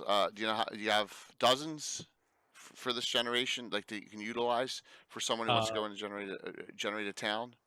So in our case, Worldographer in the free version for the city map stuff for cities and villages, there's probably 50 or so. Okay. Probably maybe upwards of 100 of your fantasy map icons. And there's 10 or 20 science fiction icons for cities, and 10 or 20 post-apocalypse and stuff like that. And then we have plenty more to add on from there. Do you use so you have you randomize them with color different or rotation and flip them and stuff like that? Oh yeah. Well, not with color, but with the rotation and flipping. Yeah. That. But we were talking about Kingmaker earlier, and the first icons that we made for the city maps, for the buildings for the cities, were basically we were like, oh, okay, Kingmaker made a tavern that was sort of a hexagon shaped type thing. So our tavern's gonna be hexagon as well. And they made a town hall that was this large of a rectangle. So we're gonna do that. So we aped off of what they did. Well, So nothing that's wrong what with you that. do. You take inspiration from other cool stuff, and Yeah, that's how you do it. because I was like, oh yeah, I want to be able to make it so that if you're playing Kingmaker, and they had in the second Kingmaker module, if I remember right, a way to make your own town, and you could cut out little Awesome. tokens essentially and put them down. So I was like, oh, let's make it so that you can do that. Yeah. That's Very, very great. cool. Yeah, this is a lot of great resources on your site, which is really, really fantastic. And I'm especially impressed with the auto generation that with all the details and stuff. That's Absolutely. kind of super cool. Yep, definitely. Yeah, you're right. You got to learn some geometry for that generation. So really cool. So Anna, your folder is kind of empty except for one thing. My folder is empty. So it's I'm so happy that others can save me, save my butt here. So, okay, yeah. So what is the one thing you have here that is screenshot? It's a screenshot from the MX hex grid. There you have the MX. That's the simple manual and stuff for that program that generate hexes. Okay. So I'll put the link in there again just so we can. So just it doesn't generate anything but hexes. It does, but it does hexes really well, but because you can label them and you can actually tell exactly where you want the label and what kind of angle and the sizes of hexes and the file format and stuff. So it's an amazing tool. The problem is that it's not a Windows software. It's a DOS thing. DOS. So you run it in one of these like type in C and then you type the file name and then you put in after that you put like a dash and the text file name. So you write the instructions for the tool in a text file and then you save that text file in the same where the program is, and then you run the program. You open one of these little windows with a C prompt in it, and then you type in the file, the mhexgrid.exe, and then you put like a dash or something, and then you put in the text file name, and then hopefully it churns and it spits out the results you want, so to speak. So it's very much like you did programming before Windows computers, like in the early 80s or mid 80s. I can see Joe's brain though going, what the hell? I was thinking of so many different ways you could do that. But but please, Joe, develop something, and I will buy it. I would love to have a Windows version of this. Would be perfect, a modern version. But because what it does is fantastic. It's wonderful at what it does, but it's very clunky to use, horribly clunky. It took me a whole day just to figure out, because you have to sit and measure, and then you have to put it in there, and then you run it, and then you put it in Illustrator or something, and you look at the result, and then you kind of, I need to change it a little bit, and you type in the script, and you change it, and then you run the software again, and it cranks it out, and you have to remember to either rewrite the script or remove the file, because he would write over the file, whatever it is. Oh my God. So it's like old school. I haven't heard the word DOS in 20 years. And if you drop those punch cards, you had to resort them all again. Exactly. Yes, it's a bit like that.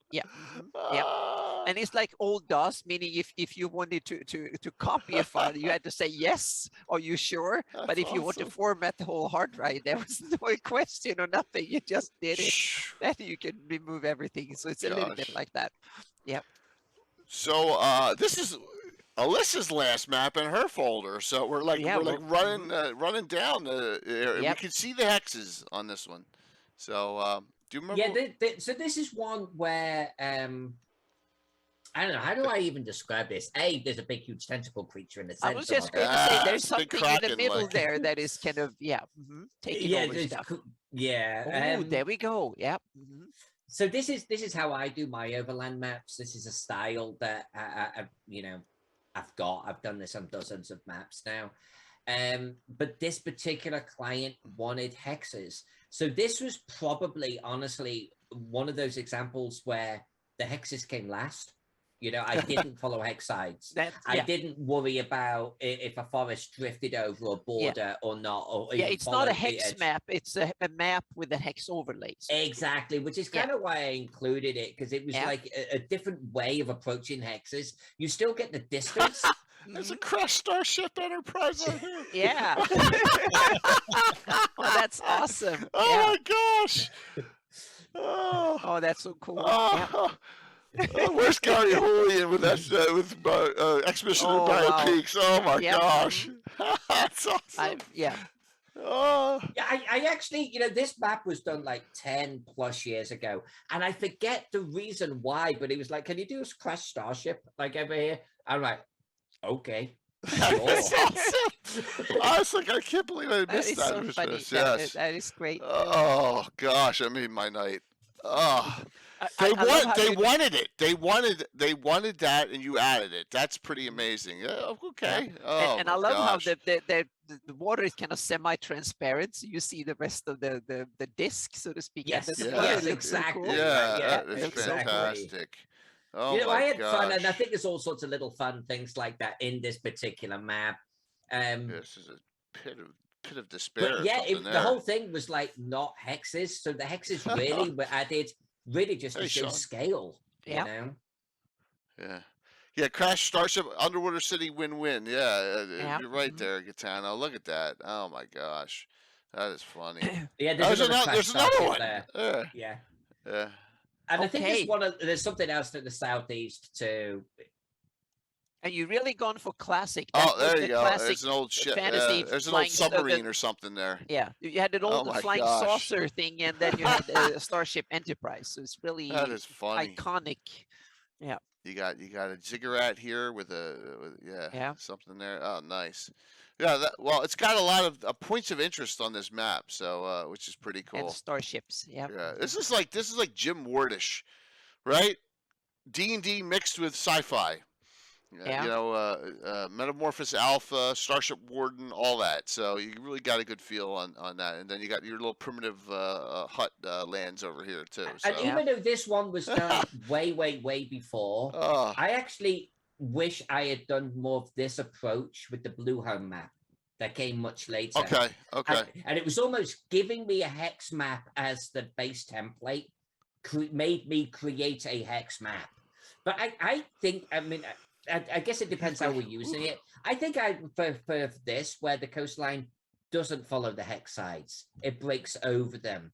And, the forests and the hills don't follow the hex sides. I like using the hexes mainly as a movement system, what is the main thing inside this hex of note. So, yeah.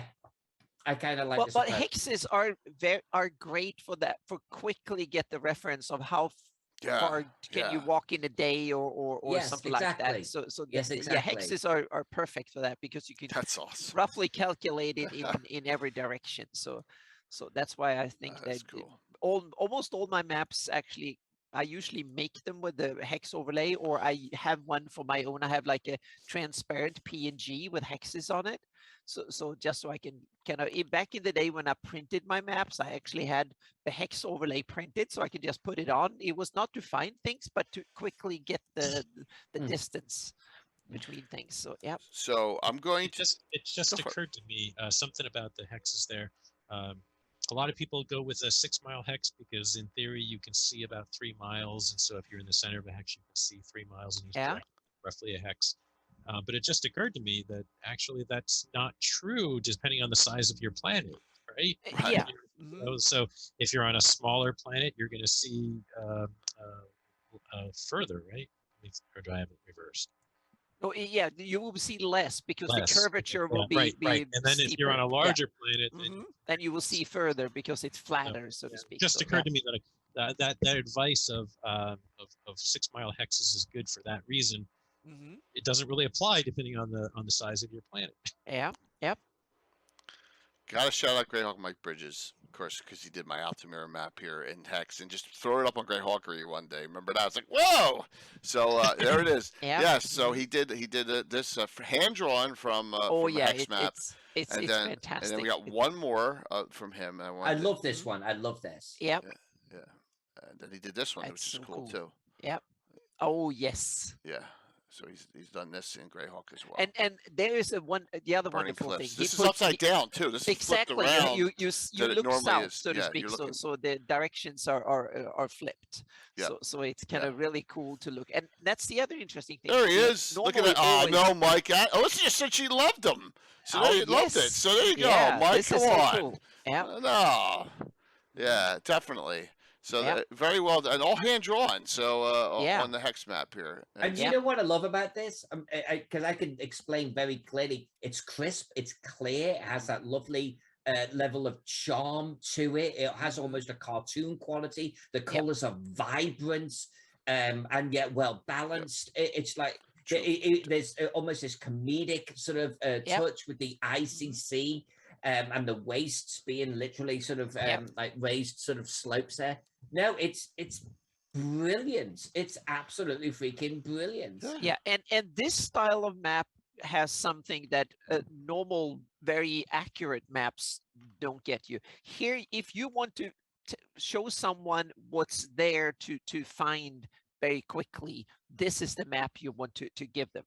Look at a theme park, a zoo, or stuff like that. They have maps Yes, that are you're right. similar in style because they want to show all the attractions. Points of They interest. don't Boom. exactly. They Eye-catching. don't want to show you that you actually have to walk over a hill 2 miles to get to their Ferris wheel or to the tigers, the enclosure or something like that. They want to show you all the cool things you can do quickly without obscuring them into Nice little shipwreck. unnecessary detail and stuff like that. So this style of map is perfect to quickly give you all the cool stuff that is there to see and explore, and that's what they have in and to me it's kind of amazing when you go to a lot of these shopping centers.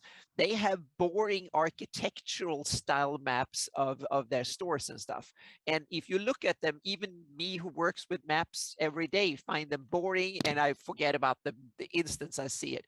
If they had a map like this where you can see the different stores with funny brands and cool little cartoon figures that wave to you to come and look at them and stuff, you will remember that and instantly find all the cool stores you want to go to.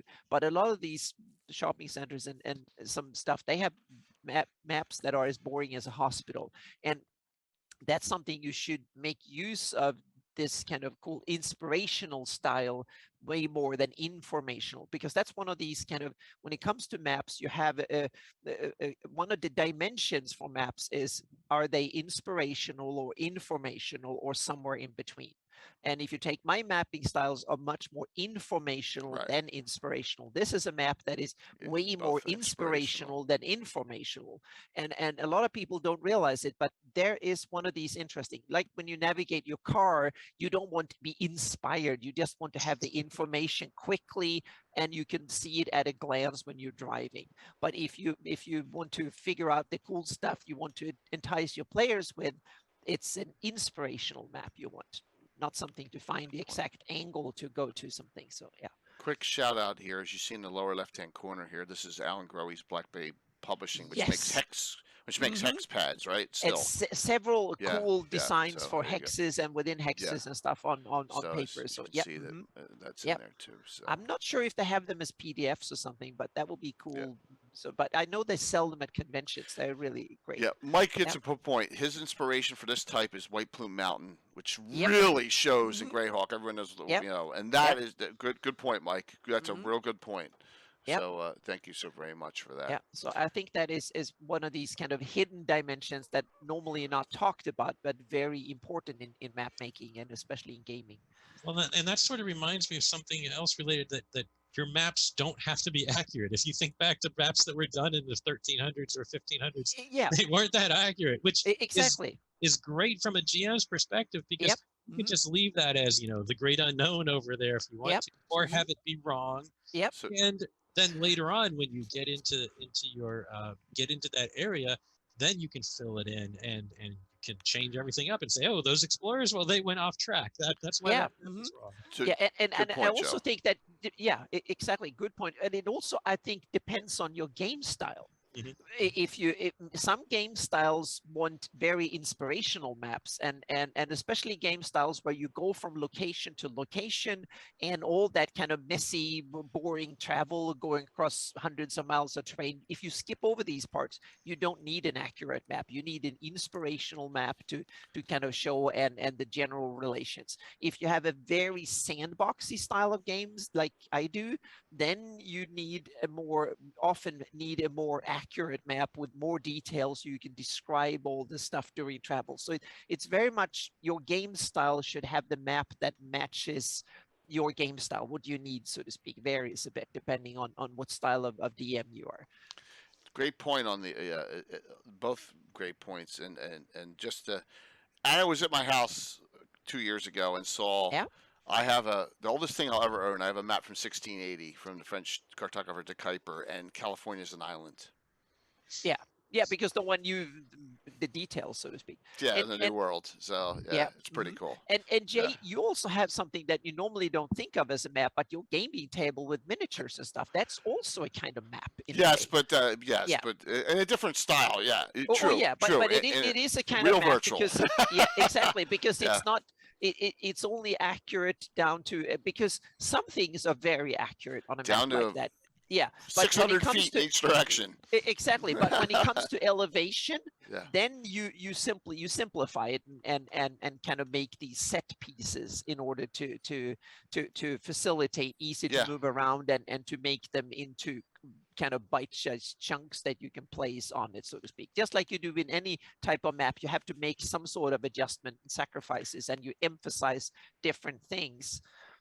And the scale will be different, Orion. That's a good Mhm. point. So my D&D Yeah. scale on my map will be different from the BattleTech scale on the map because a Ah, lot yeah. different. It'll be a different scale. Absolutely. Yep, yep. So Joe, this is a hex of a That's temple. true. Yeah. Well, it's sort of an octagon, I guess. But, Yeah. but Oh yeah. Oh Jesus, to me right? it is Yeah. an octagon. Jeez. Oh my God. Well, yeah, but it's okay. Oh, stops. That's, Yeah. that's okay, Mr. Battletech. Oh my Don't worry God. about it. Well, actually, I want to get on the BattleTech love. I wrote the absolute best BattleTech Mech Maker program for the Commodore Amiga back in 1990. Oh, What you ever Oh. seen. it wasn't MechWorks was great. If you ever. No, remember I that. wrote that. That's kind of one The of the ways I wrote Amiga. Wow. Yes. Yeah. The Amiga Oh, was I ahead of used its Amiga time. back in the day. Ahead That of was its Amiga was time. one of the best. Yeah. Yep. Oh, it had the most colors at that time, and it almost had VGA graphics. 5 years before anything did. But it's just If only they had a marketing department. Yeah, exactly. Yes. True. yeah. True. Wow. So so this is Patreon or from This is just this is our standard icon set for our Battlemat icons, if you will. the Okay. dungeon And- Battlemats, yeah. And Worldographer can auto-generate these stuff too? Like Some of dungeons these, and yeah, stuff? it wouldn't do this out of the box. It does have, if I remember right, I do think, no, I don't have a temple generator in there. We have a tower generator, Uh-huh. which Yeah. will generate a battle mat for a tower for you, and a house, and shops, and an inn generator, and a tavern. Yeah. So when you generate a city or a village, a lot of the buildings can be auto-generated there that Yeah, maps. so you can kind of drill down and you can open multiple tabs. So in theory, Yeah. you could have a tab open of your world map, and then you can click on the city there, Yeah. and you could have a city map associated with that, so you can open that up as another tab. And then Cool. in that city map, you can then associate that building with another map so that you Yeah. can pull up the map for Mhm. that. and Cool. you have other other things here, and this isn't hex, but you have ships, Right. right? Yeah. Yeah, this Yeah. is again, showing some of the battle mat icons there. Yeah. This I believe is the Moat House in Hamlet.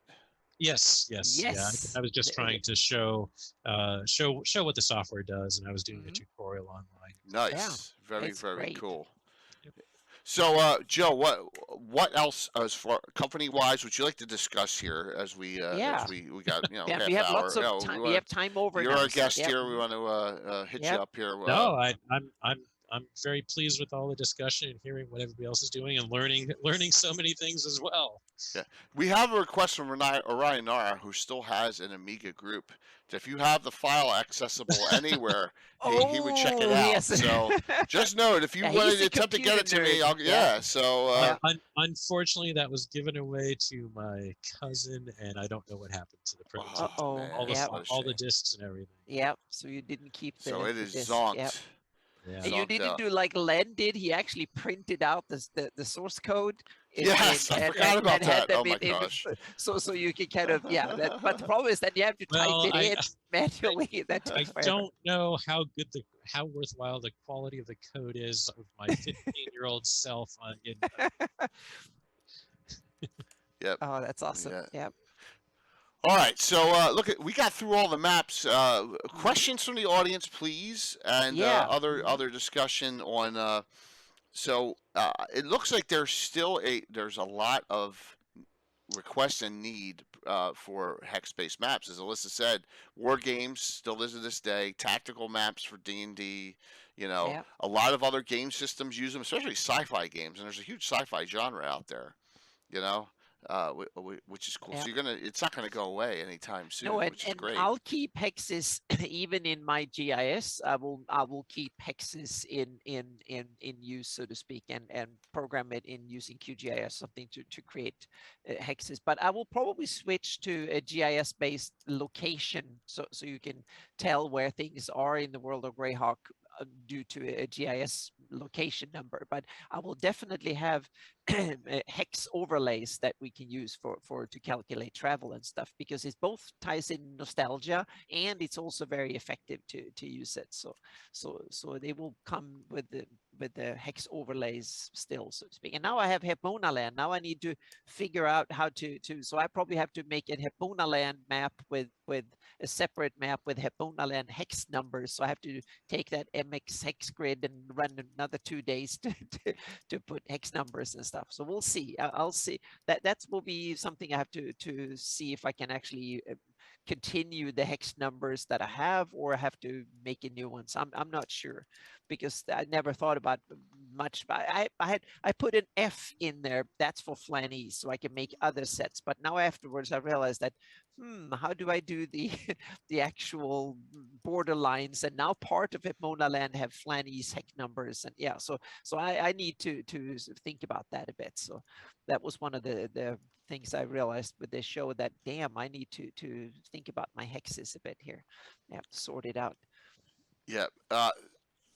Alyssa, comments? Comments? Comments. Yeah. Do you have hex map projects or something that will be Well, hex no, maps I coming don't, up? because I don't typically get asked to do it. I do have a wonderful little sort of geomorph project that I'm working on Okay. right now for a wonderful little gentleman that I recently got to know a little bit better. Someone's laughing, so it must be. Oh, cool. But I'll let him talk about that particular project. But no, hex-wise, I don't do much with hexes, and I wish I probably had an excuse to do more. You know, if there's certain types of maps I wish I could do more of, it's old style real world city maps. I found a passion in this one.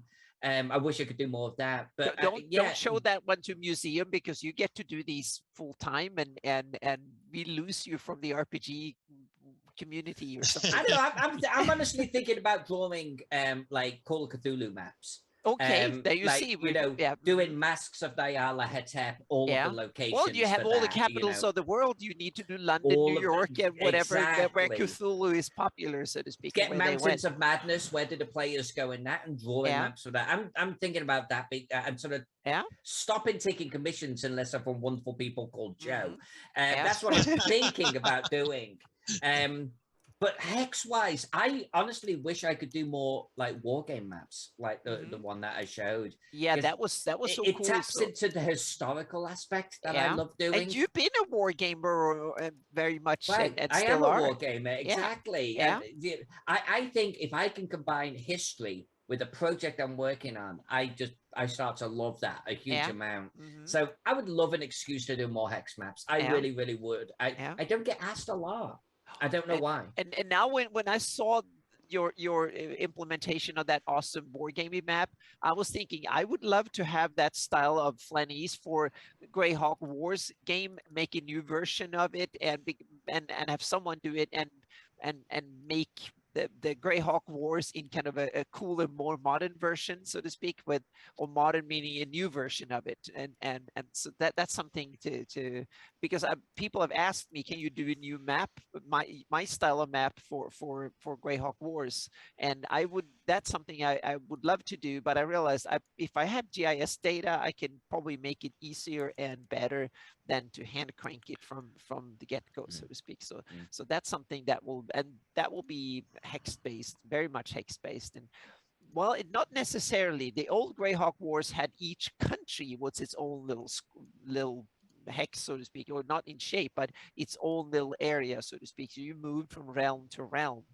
But but it will be cool to make it hex based and slightly more details, so you have more travel time calculations and stuff with it. 2 questions. So Big Mac asks, Greyhawk Risk, yeah, with the countries changing over time to swap details, I don't think that matters now with layering, does it, Anna? Like a hex-based map may not necessarily be better than a regular map for changing over time. Not necessarily. If you change over time, you have to kind of tweak, and it depends. If you make a map that is a hex map, so to speak, where things follow hexes, and you kind of you stylize things a bit, like you take the regular subway map. It doesn't, then everything goes in either north south, or it goes like this or something, and it goes in, and so you simplify it, and that's what you do when you put things in, like the Mystera maps and stuff that Joe had put in Worldographer and stuff. Those stuff, that's basically real world, but you stylize it, you simplify directions, and you drill down and say, okay, this one is a hill hex, and that's a plains hex, and that's a forest hex. It doesn't mean there means there's a tree everywhere in the forest hex, right? But you simplify it, and that's what you have to do, so to speak. And when you change things, I guess if a very simple map is easier to tweak things, the more detailed it is, the more difficult it is to move things. But on the other hand, it depends on what you move. A border, for instance, on my type of map, the border would with really super detailed satellite image kind of style map. The border is just a line on top, so it's very easy to just move it. In a way, that might be more difficult on a hex style map where you have different colors and stuff for different countries. Then it might be technically more difficult to move borders. But on the other hand, if I want to change terrain, someone blows something up, or send a huge meteor into the terrain, and I have to make a crater, that's more of a work. In a hex style map, you just switch out one hex and say it's a crater hex, and problem solved. That's quickly. So hexes have usually a lot of advantages. That's one of the good things with hexes. You can quickly just swap it out. If an area is ruined, a demon infestation come, you make them gray, and you change the terrain type, and voila, you're done in 5 minutes or 10 seconds. So that's one of the beauties of hexes, is that there are bite-sized chunks that and often they come with standardized icons, colors, and stuff that you can just switch them out, and you're good, so to speak. And my type of like satellite image maps, no, it's a huge undertaking just to shift something around. Here's a good question, and we'll let our guest answer this. What's the best mapping software to make hex maps? I like what you dropped in there. Yes, Worldographer. In the chat. Yeah, so I mean, we make Worldographer, and it's from out of the box. It's a hex map making program. I don't know. There's a few other. I mean, predating us, there was something called AKS Hex Mapper, which I think was also DOS based. So maybe you wouldn't like that, Anna. Yeah, no, I wouldn't like it, but I know that there are a few others. But one thing they lack usually is that you have a campaign management built in, so to speak, going cool. Alongside the map making. So it's a 2-for-1, so to speak. That I think that's the cool.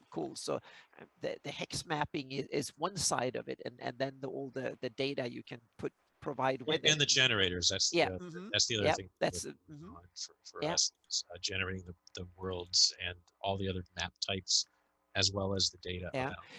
And one question: can you, in Worldographer, can you make your own hex like styles, meaning icons, and then With the pro version, then you can import your own icons, and you can also, Hey, Matt. in the free version too, you can even tweak the color schemes. Yeah. So in the pro See you, pro Patrick. version, you can make your own. Is that an SVG little file? Or We what? take them as PNGs. Okay. Yeah. PNGs. Yeah. PNGs are good. That's awesome. Yeah.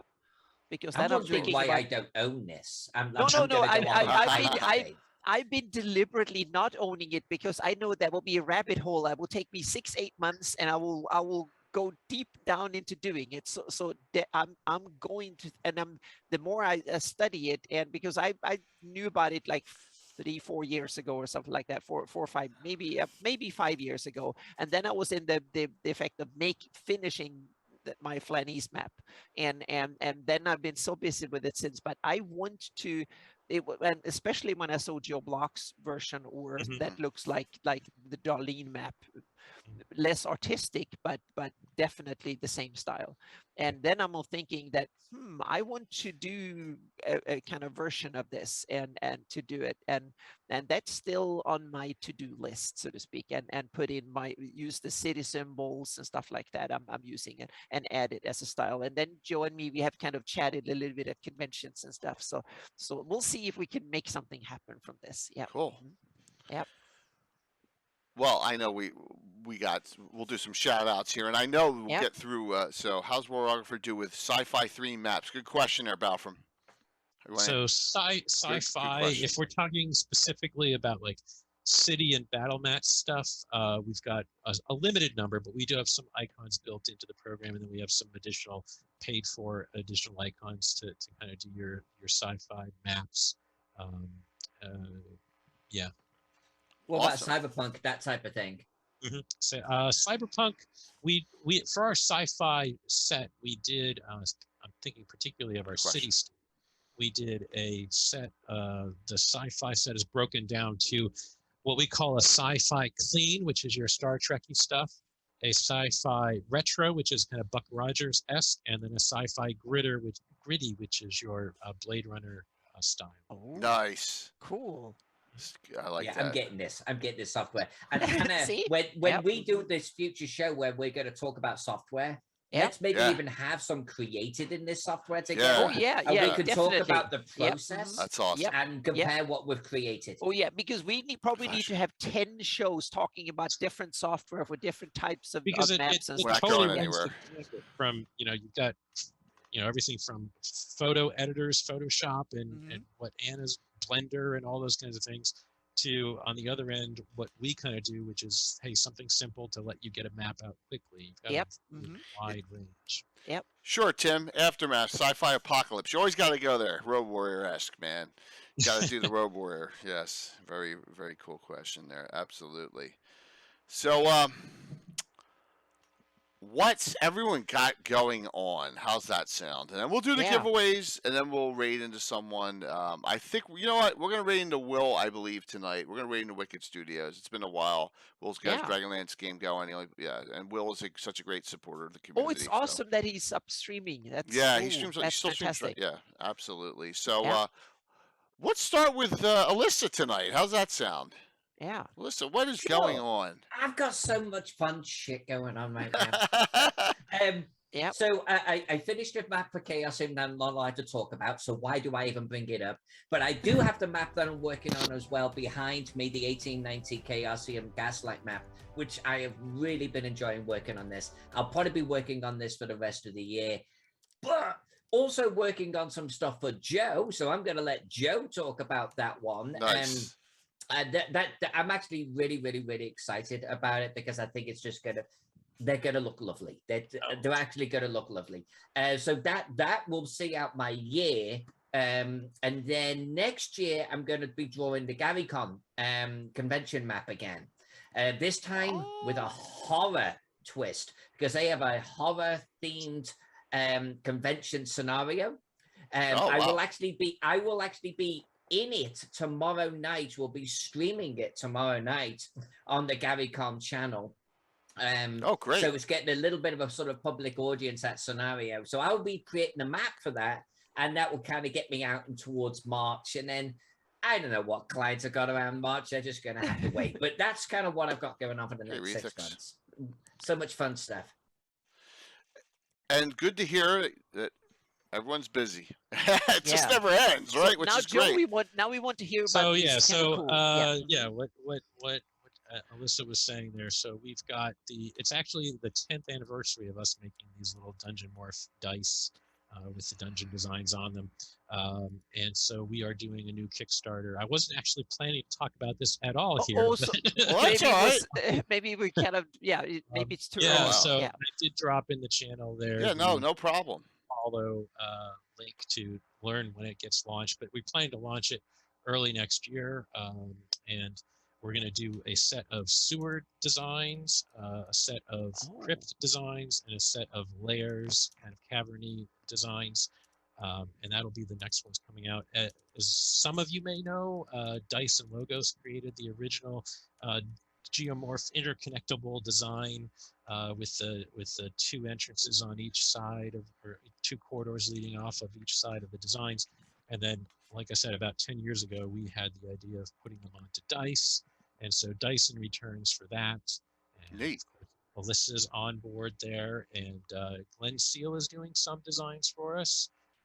Billiam Babel is doing more designs. I know Billiam's a supporter of the show too, and he's got a great Instagram. So yeah. Yeah. So Great, fantastic. The Equal Ideas Twitter, we've been previewing a few. Awesome. Luke Gygax is on. Luke. Hey, awesome. Luke. Hello. Hey, Welcome. Luke. Luke, yes, we're finishing up here the Fantasy Mapping Show and Hex discussion tonight. Yes. Yep. Great to see you. He must have heard his ears. Must have been yes, because you were talking about you were talking about being on tomorrow night. That is great timing. See, this is exciting though, Joe. All the stuff you got going on with the. Please relink it again for any. Yeah, I'll do it. I'll do it. We'll be at GaryCon. Speaking of. Yeah. Oh, yes. wonderful. Yep. All of us here will be at GaryCon. Yep. Everyone on the stream will be at GaryCon. So, plus we have a fancy mapping show. Entire episode at GaryCon. Yeah. That's absolutely. Gonna be fun. That will be a blast. Absolutely. So let me see if I can link this here. So, Joe, really appreciate you coming on. Yeah. It's been talking to you guys. It was a great discussion. Yes, and please, you're welcome back anytime. Love to, whatever you got cooking or brewing there. If you want to do some things, it's great to hear that you're doing stuff with Alyssa. There's always. I'm going to tell you something.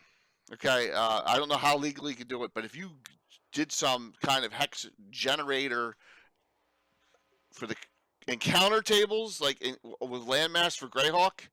Mm-hmm. The entire community would be like whoosh, like a wave, right? I'm just putting it out there, putting out there an idea, that's they're always looking for something, that would to assist the gameplay and that. So very cool. Exactly.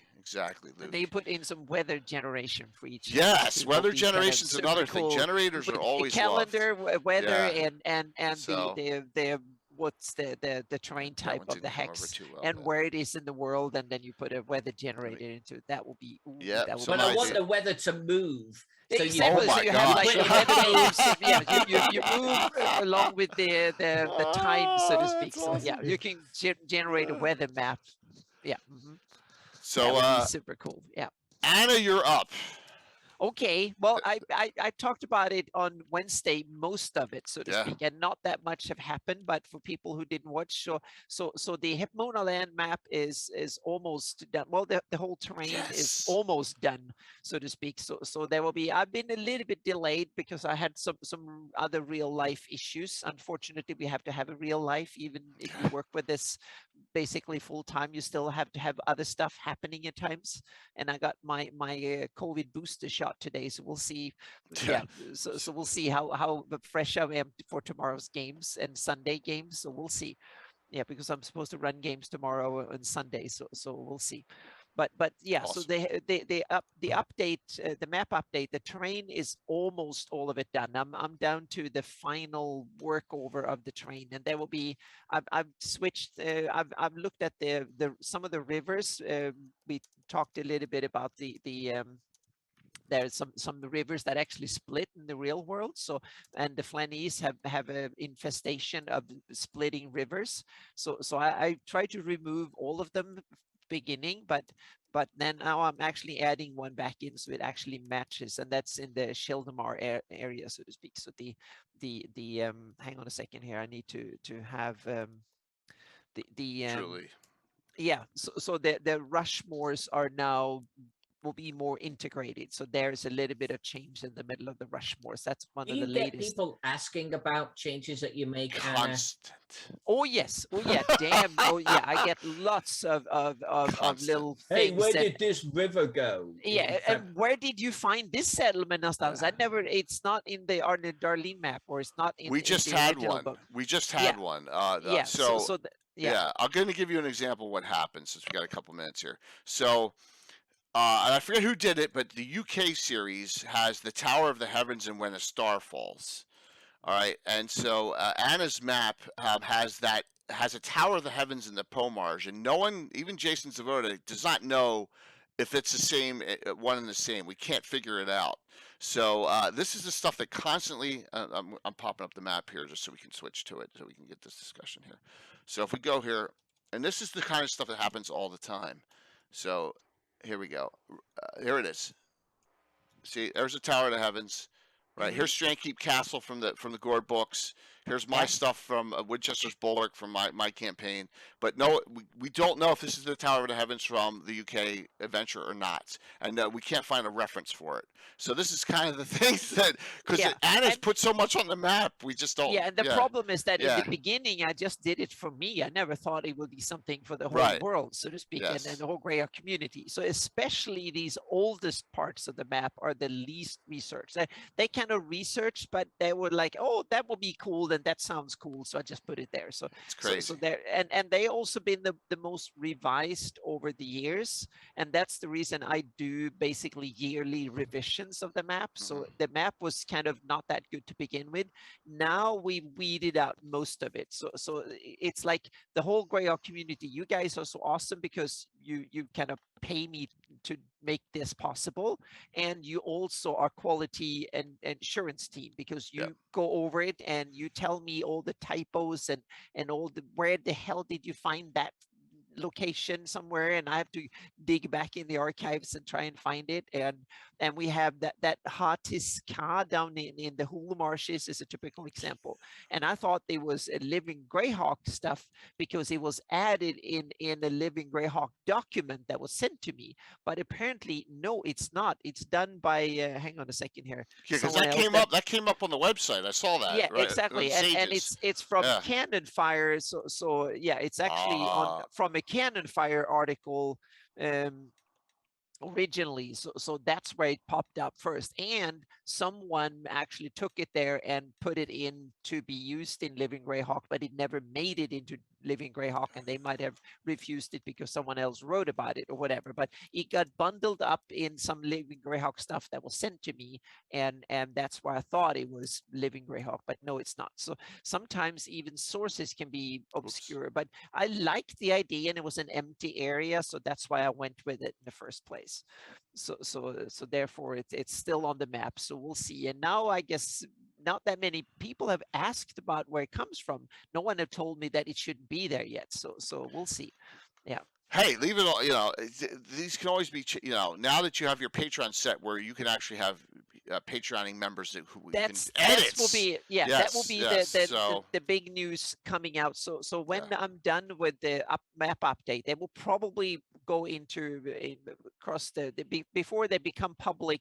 It will be the new year, so to speak. So they will come early January for the general community. There will be previews for my patrons, and there will be public previews coming late December or something like that among the holidays.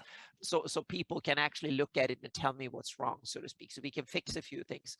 So they will be 2022 versions, because I will not do a new version again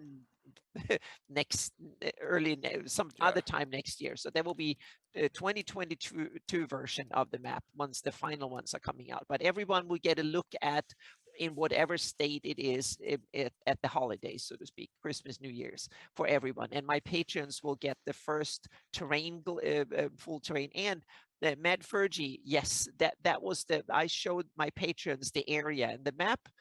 will grow about 50% from today's size of the Flanies only. It will grow in every direction, but it predominantly south and South. southeast with Hepmonaland.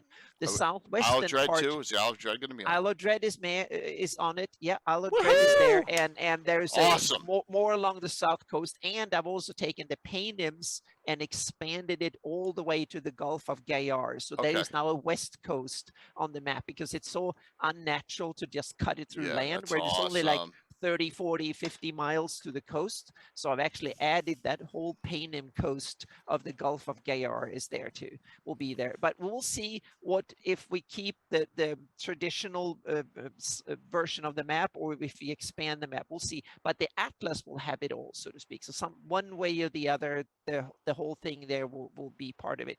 Plus the fact that Hepmonaland. So Hepmonaland will come as a separate map and a bunch of pages in the atlas as well. So and then comes the hexes problem, so to speak, because the hexed version have to, for the 12-mile hexes, I've had hex numbers. So I have to figure out how to number the You have to hexes on the extrapolate them down Hepmonaland. Yeah. almost. Yeah. Oh yeah, man, what a exactly. So we nightmare. have to. So there will be some extra trouble, so to speak. But that's some for December. So that will be 2-3 days in December where I have to tackle that problem, so to speak. So that is it's a huge undertaking. This is the biggest map update in 20 years. And it's something that I've allotted like 4 months to it, but I'm also doing a commission for Gryffindor Games. You saw a little bit of that hex crawl. The good thing is that I've been on hiatus for almost a month for me. That's why I added Hepmonaland, because I got some extra time over and I realized now I have a month and I can work on Greyhawk full time. So I said, what the heck? I tried for a couple of days and see what I could do. And I say, it looks good and I can do it. So I just worked 200 hours doing Hepmonaland, and someone asked me on Patreon, say, where do you get all your energy and stuff? And it's simply it's you guys. It's all the support community. and the comments and both, meaning you pay me to do it, and also all the wonderful feedback and constructive criticism, and I love it. It's fantastic. People spot out typos, come with cool ideas, tell me that might not be the best of ideas, and that is really cool, and so on and so forth. So you guide me, you check my work and stuff, and it's fantastic. So thank you everyone for being such an awesome community, from my patrons to everybody else who look at stuff and so on. So that's the reason I can keep doing this. So I occasionally just have to do other stuff, some hours of and so real on. life calls. Yeah. Yep. But I try to keep real life to a minimum at the moment. So to speak. So, yeah. Speaking of real life, so as we know, Thursday is Thanksgiving, so we're not playing D&D or a normal game on Thursday, but I got a special thing on Friday. So first time in 2 years a live stream BattleTech game, and first time ever that my son and Tim's son are going to be playing in a live stream. They're, one's 11, one's 10. This is just, it's a tactical game. We think it'll be okay. But we got some of the community, Canadian Ancient Gamer, Phantom, Balfrin is playing, and Chuck from Troller Games is playing in the game. So it'll be fun. And note, we have a bunch of giveaways too as well, and we're looking forward to it. And that's the night that is Friday, Black Friday. The new recruits be a fun game.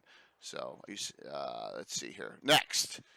Here's all the Gabbins next 3 weeks.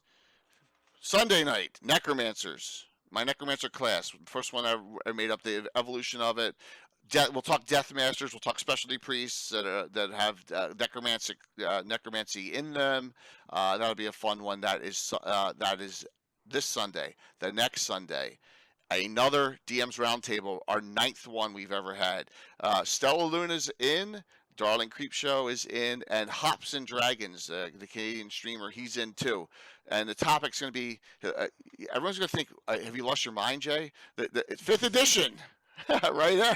So we'll have some fun with that on that 5th edition. Plus, we'll talk about some other topics on our DM's Roundtable discussion. The week after that, the return of the legend, Ed Greenwood, in a topic. And we're going to talk Secret Societies of Greyhawk and the Realms. Ed Greenwood, Eric Mengi, Sunday, December 5th. And then from Awesome. that, we will set up our next game with Ed playing in my Greyhawk game with that crew with 2 drink minimum is the name of their group. Fun. So some other things going on. We have a special Legends and Lore next Wednesday. Gary Julian had a great idea, and we're just running with it. So it's called Ask Us Anything within reason. Yeah. We don't want to go and go to jail. So man, I lost my pop up there. Sorry, my apologies. And we need to advertise that so people can come up with questions. Come up with questions. Prep things to mail us from. Is that it? That's Rulers. That's last week. My bad. Yeah. Here it is. Ask Us Anything within reason, and that's next week. The week after that. It might blow my mind there. And then the week after that, we have Eric Menke and Jose Ortiz on for the Fae of Greyhawk. So we have stuff packed out through the next 3 weeks. So just wanted to share all that with you. Thank you, everyone. Let's get to the giveaways. And guess what? So I had special streams the last 2 Saturdays. I got this Saturday off. I need family time, and then we'll be back on Sunday in our 4 streams and 5-night week. So, 2 great giveaways. Last call signups. 2 great giveaways for Frog God Games. $25 gift certificates from Frog God Games. So if you want the Sword and Wizardry box set, or if you want a book you could kill someone with, like The Blight, right? Wow. Yeah. Yes. This is exactly. Yeah. Or if you want something that Alyssa's done the mats for, that we show a lot of times, cats. There you go. So lots of great things from Frog God Games. If you want, and note next month's Fantasy Mapping Show episode 7. It'll be a holiday themed game show. We're gonna force Frog God and Troller to give away a ton of stuff, right? Holiday cheer. So it'll be a holiday cheer episode. There you go. And we'll have some fun with that. So everyone should stay for it. Yes, please raid into. They have a cool one too. Thank you, Max. Please stick around and give Will your support, okay? Because he's had. He hasn't been able to stream as much as he likes to, but he still does a lot of posts. He does all his paladins for 5e, so please support Will and hang out there. Here we go. I'm closing out the giveaways. Deep breath. Are you ready? First winner. Captain Ron. Living Greyhawk. Captain Ron, 25. Cool. Yes. Yeah. Yes. Grats. Nice. Ron, I may have your email, but from are you in that joint email with all the J's? If I think you are, and but if not, just whisper it to me, Ron, or Discord it to me, and I will send you the code. Second winner. Zump. The ZZ Zump, cool. man. Zump's on a roll. I know Zump's on too. So yeah, I will get he's them on every show. I will get them both to you. Thank you all. I think this was our highest Fantasy Mapping Show as far as viewers goes yet. Thank you. Oh, yes, awesome. yes. Thanks. Yes, thank you so very much. Alyssa, thank you for a great show. Joe, thank you for coming on and sharing everything. Yeah. Yes, and thank you, Anna, and I'll see you in 2 nights. So just remember, doesn't matter D&D wise, whatever, play something, and that's all. Keep the community growing, and we'll see you all in 2 nights. Whew. Thank you, everyone. All right, everyone have a good one, and sit tight for a nice raid into our friends over at Wicked Studios.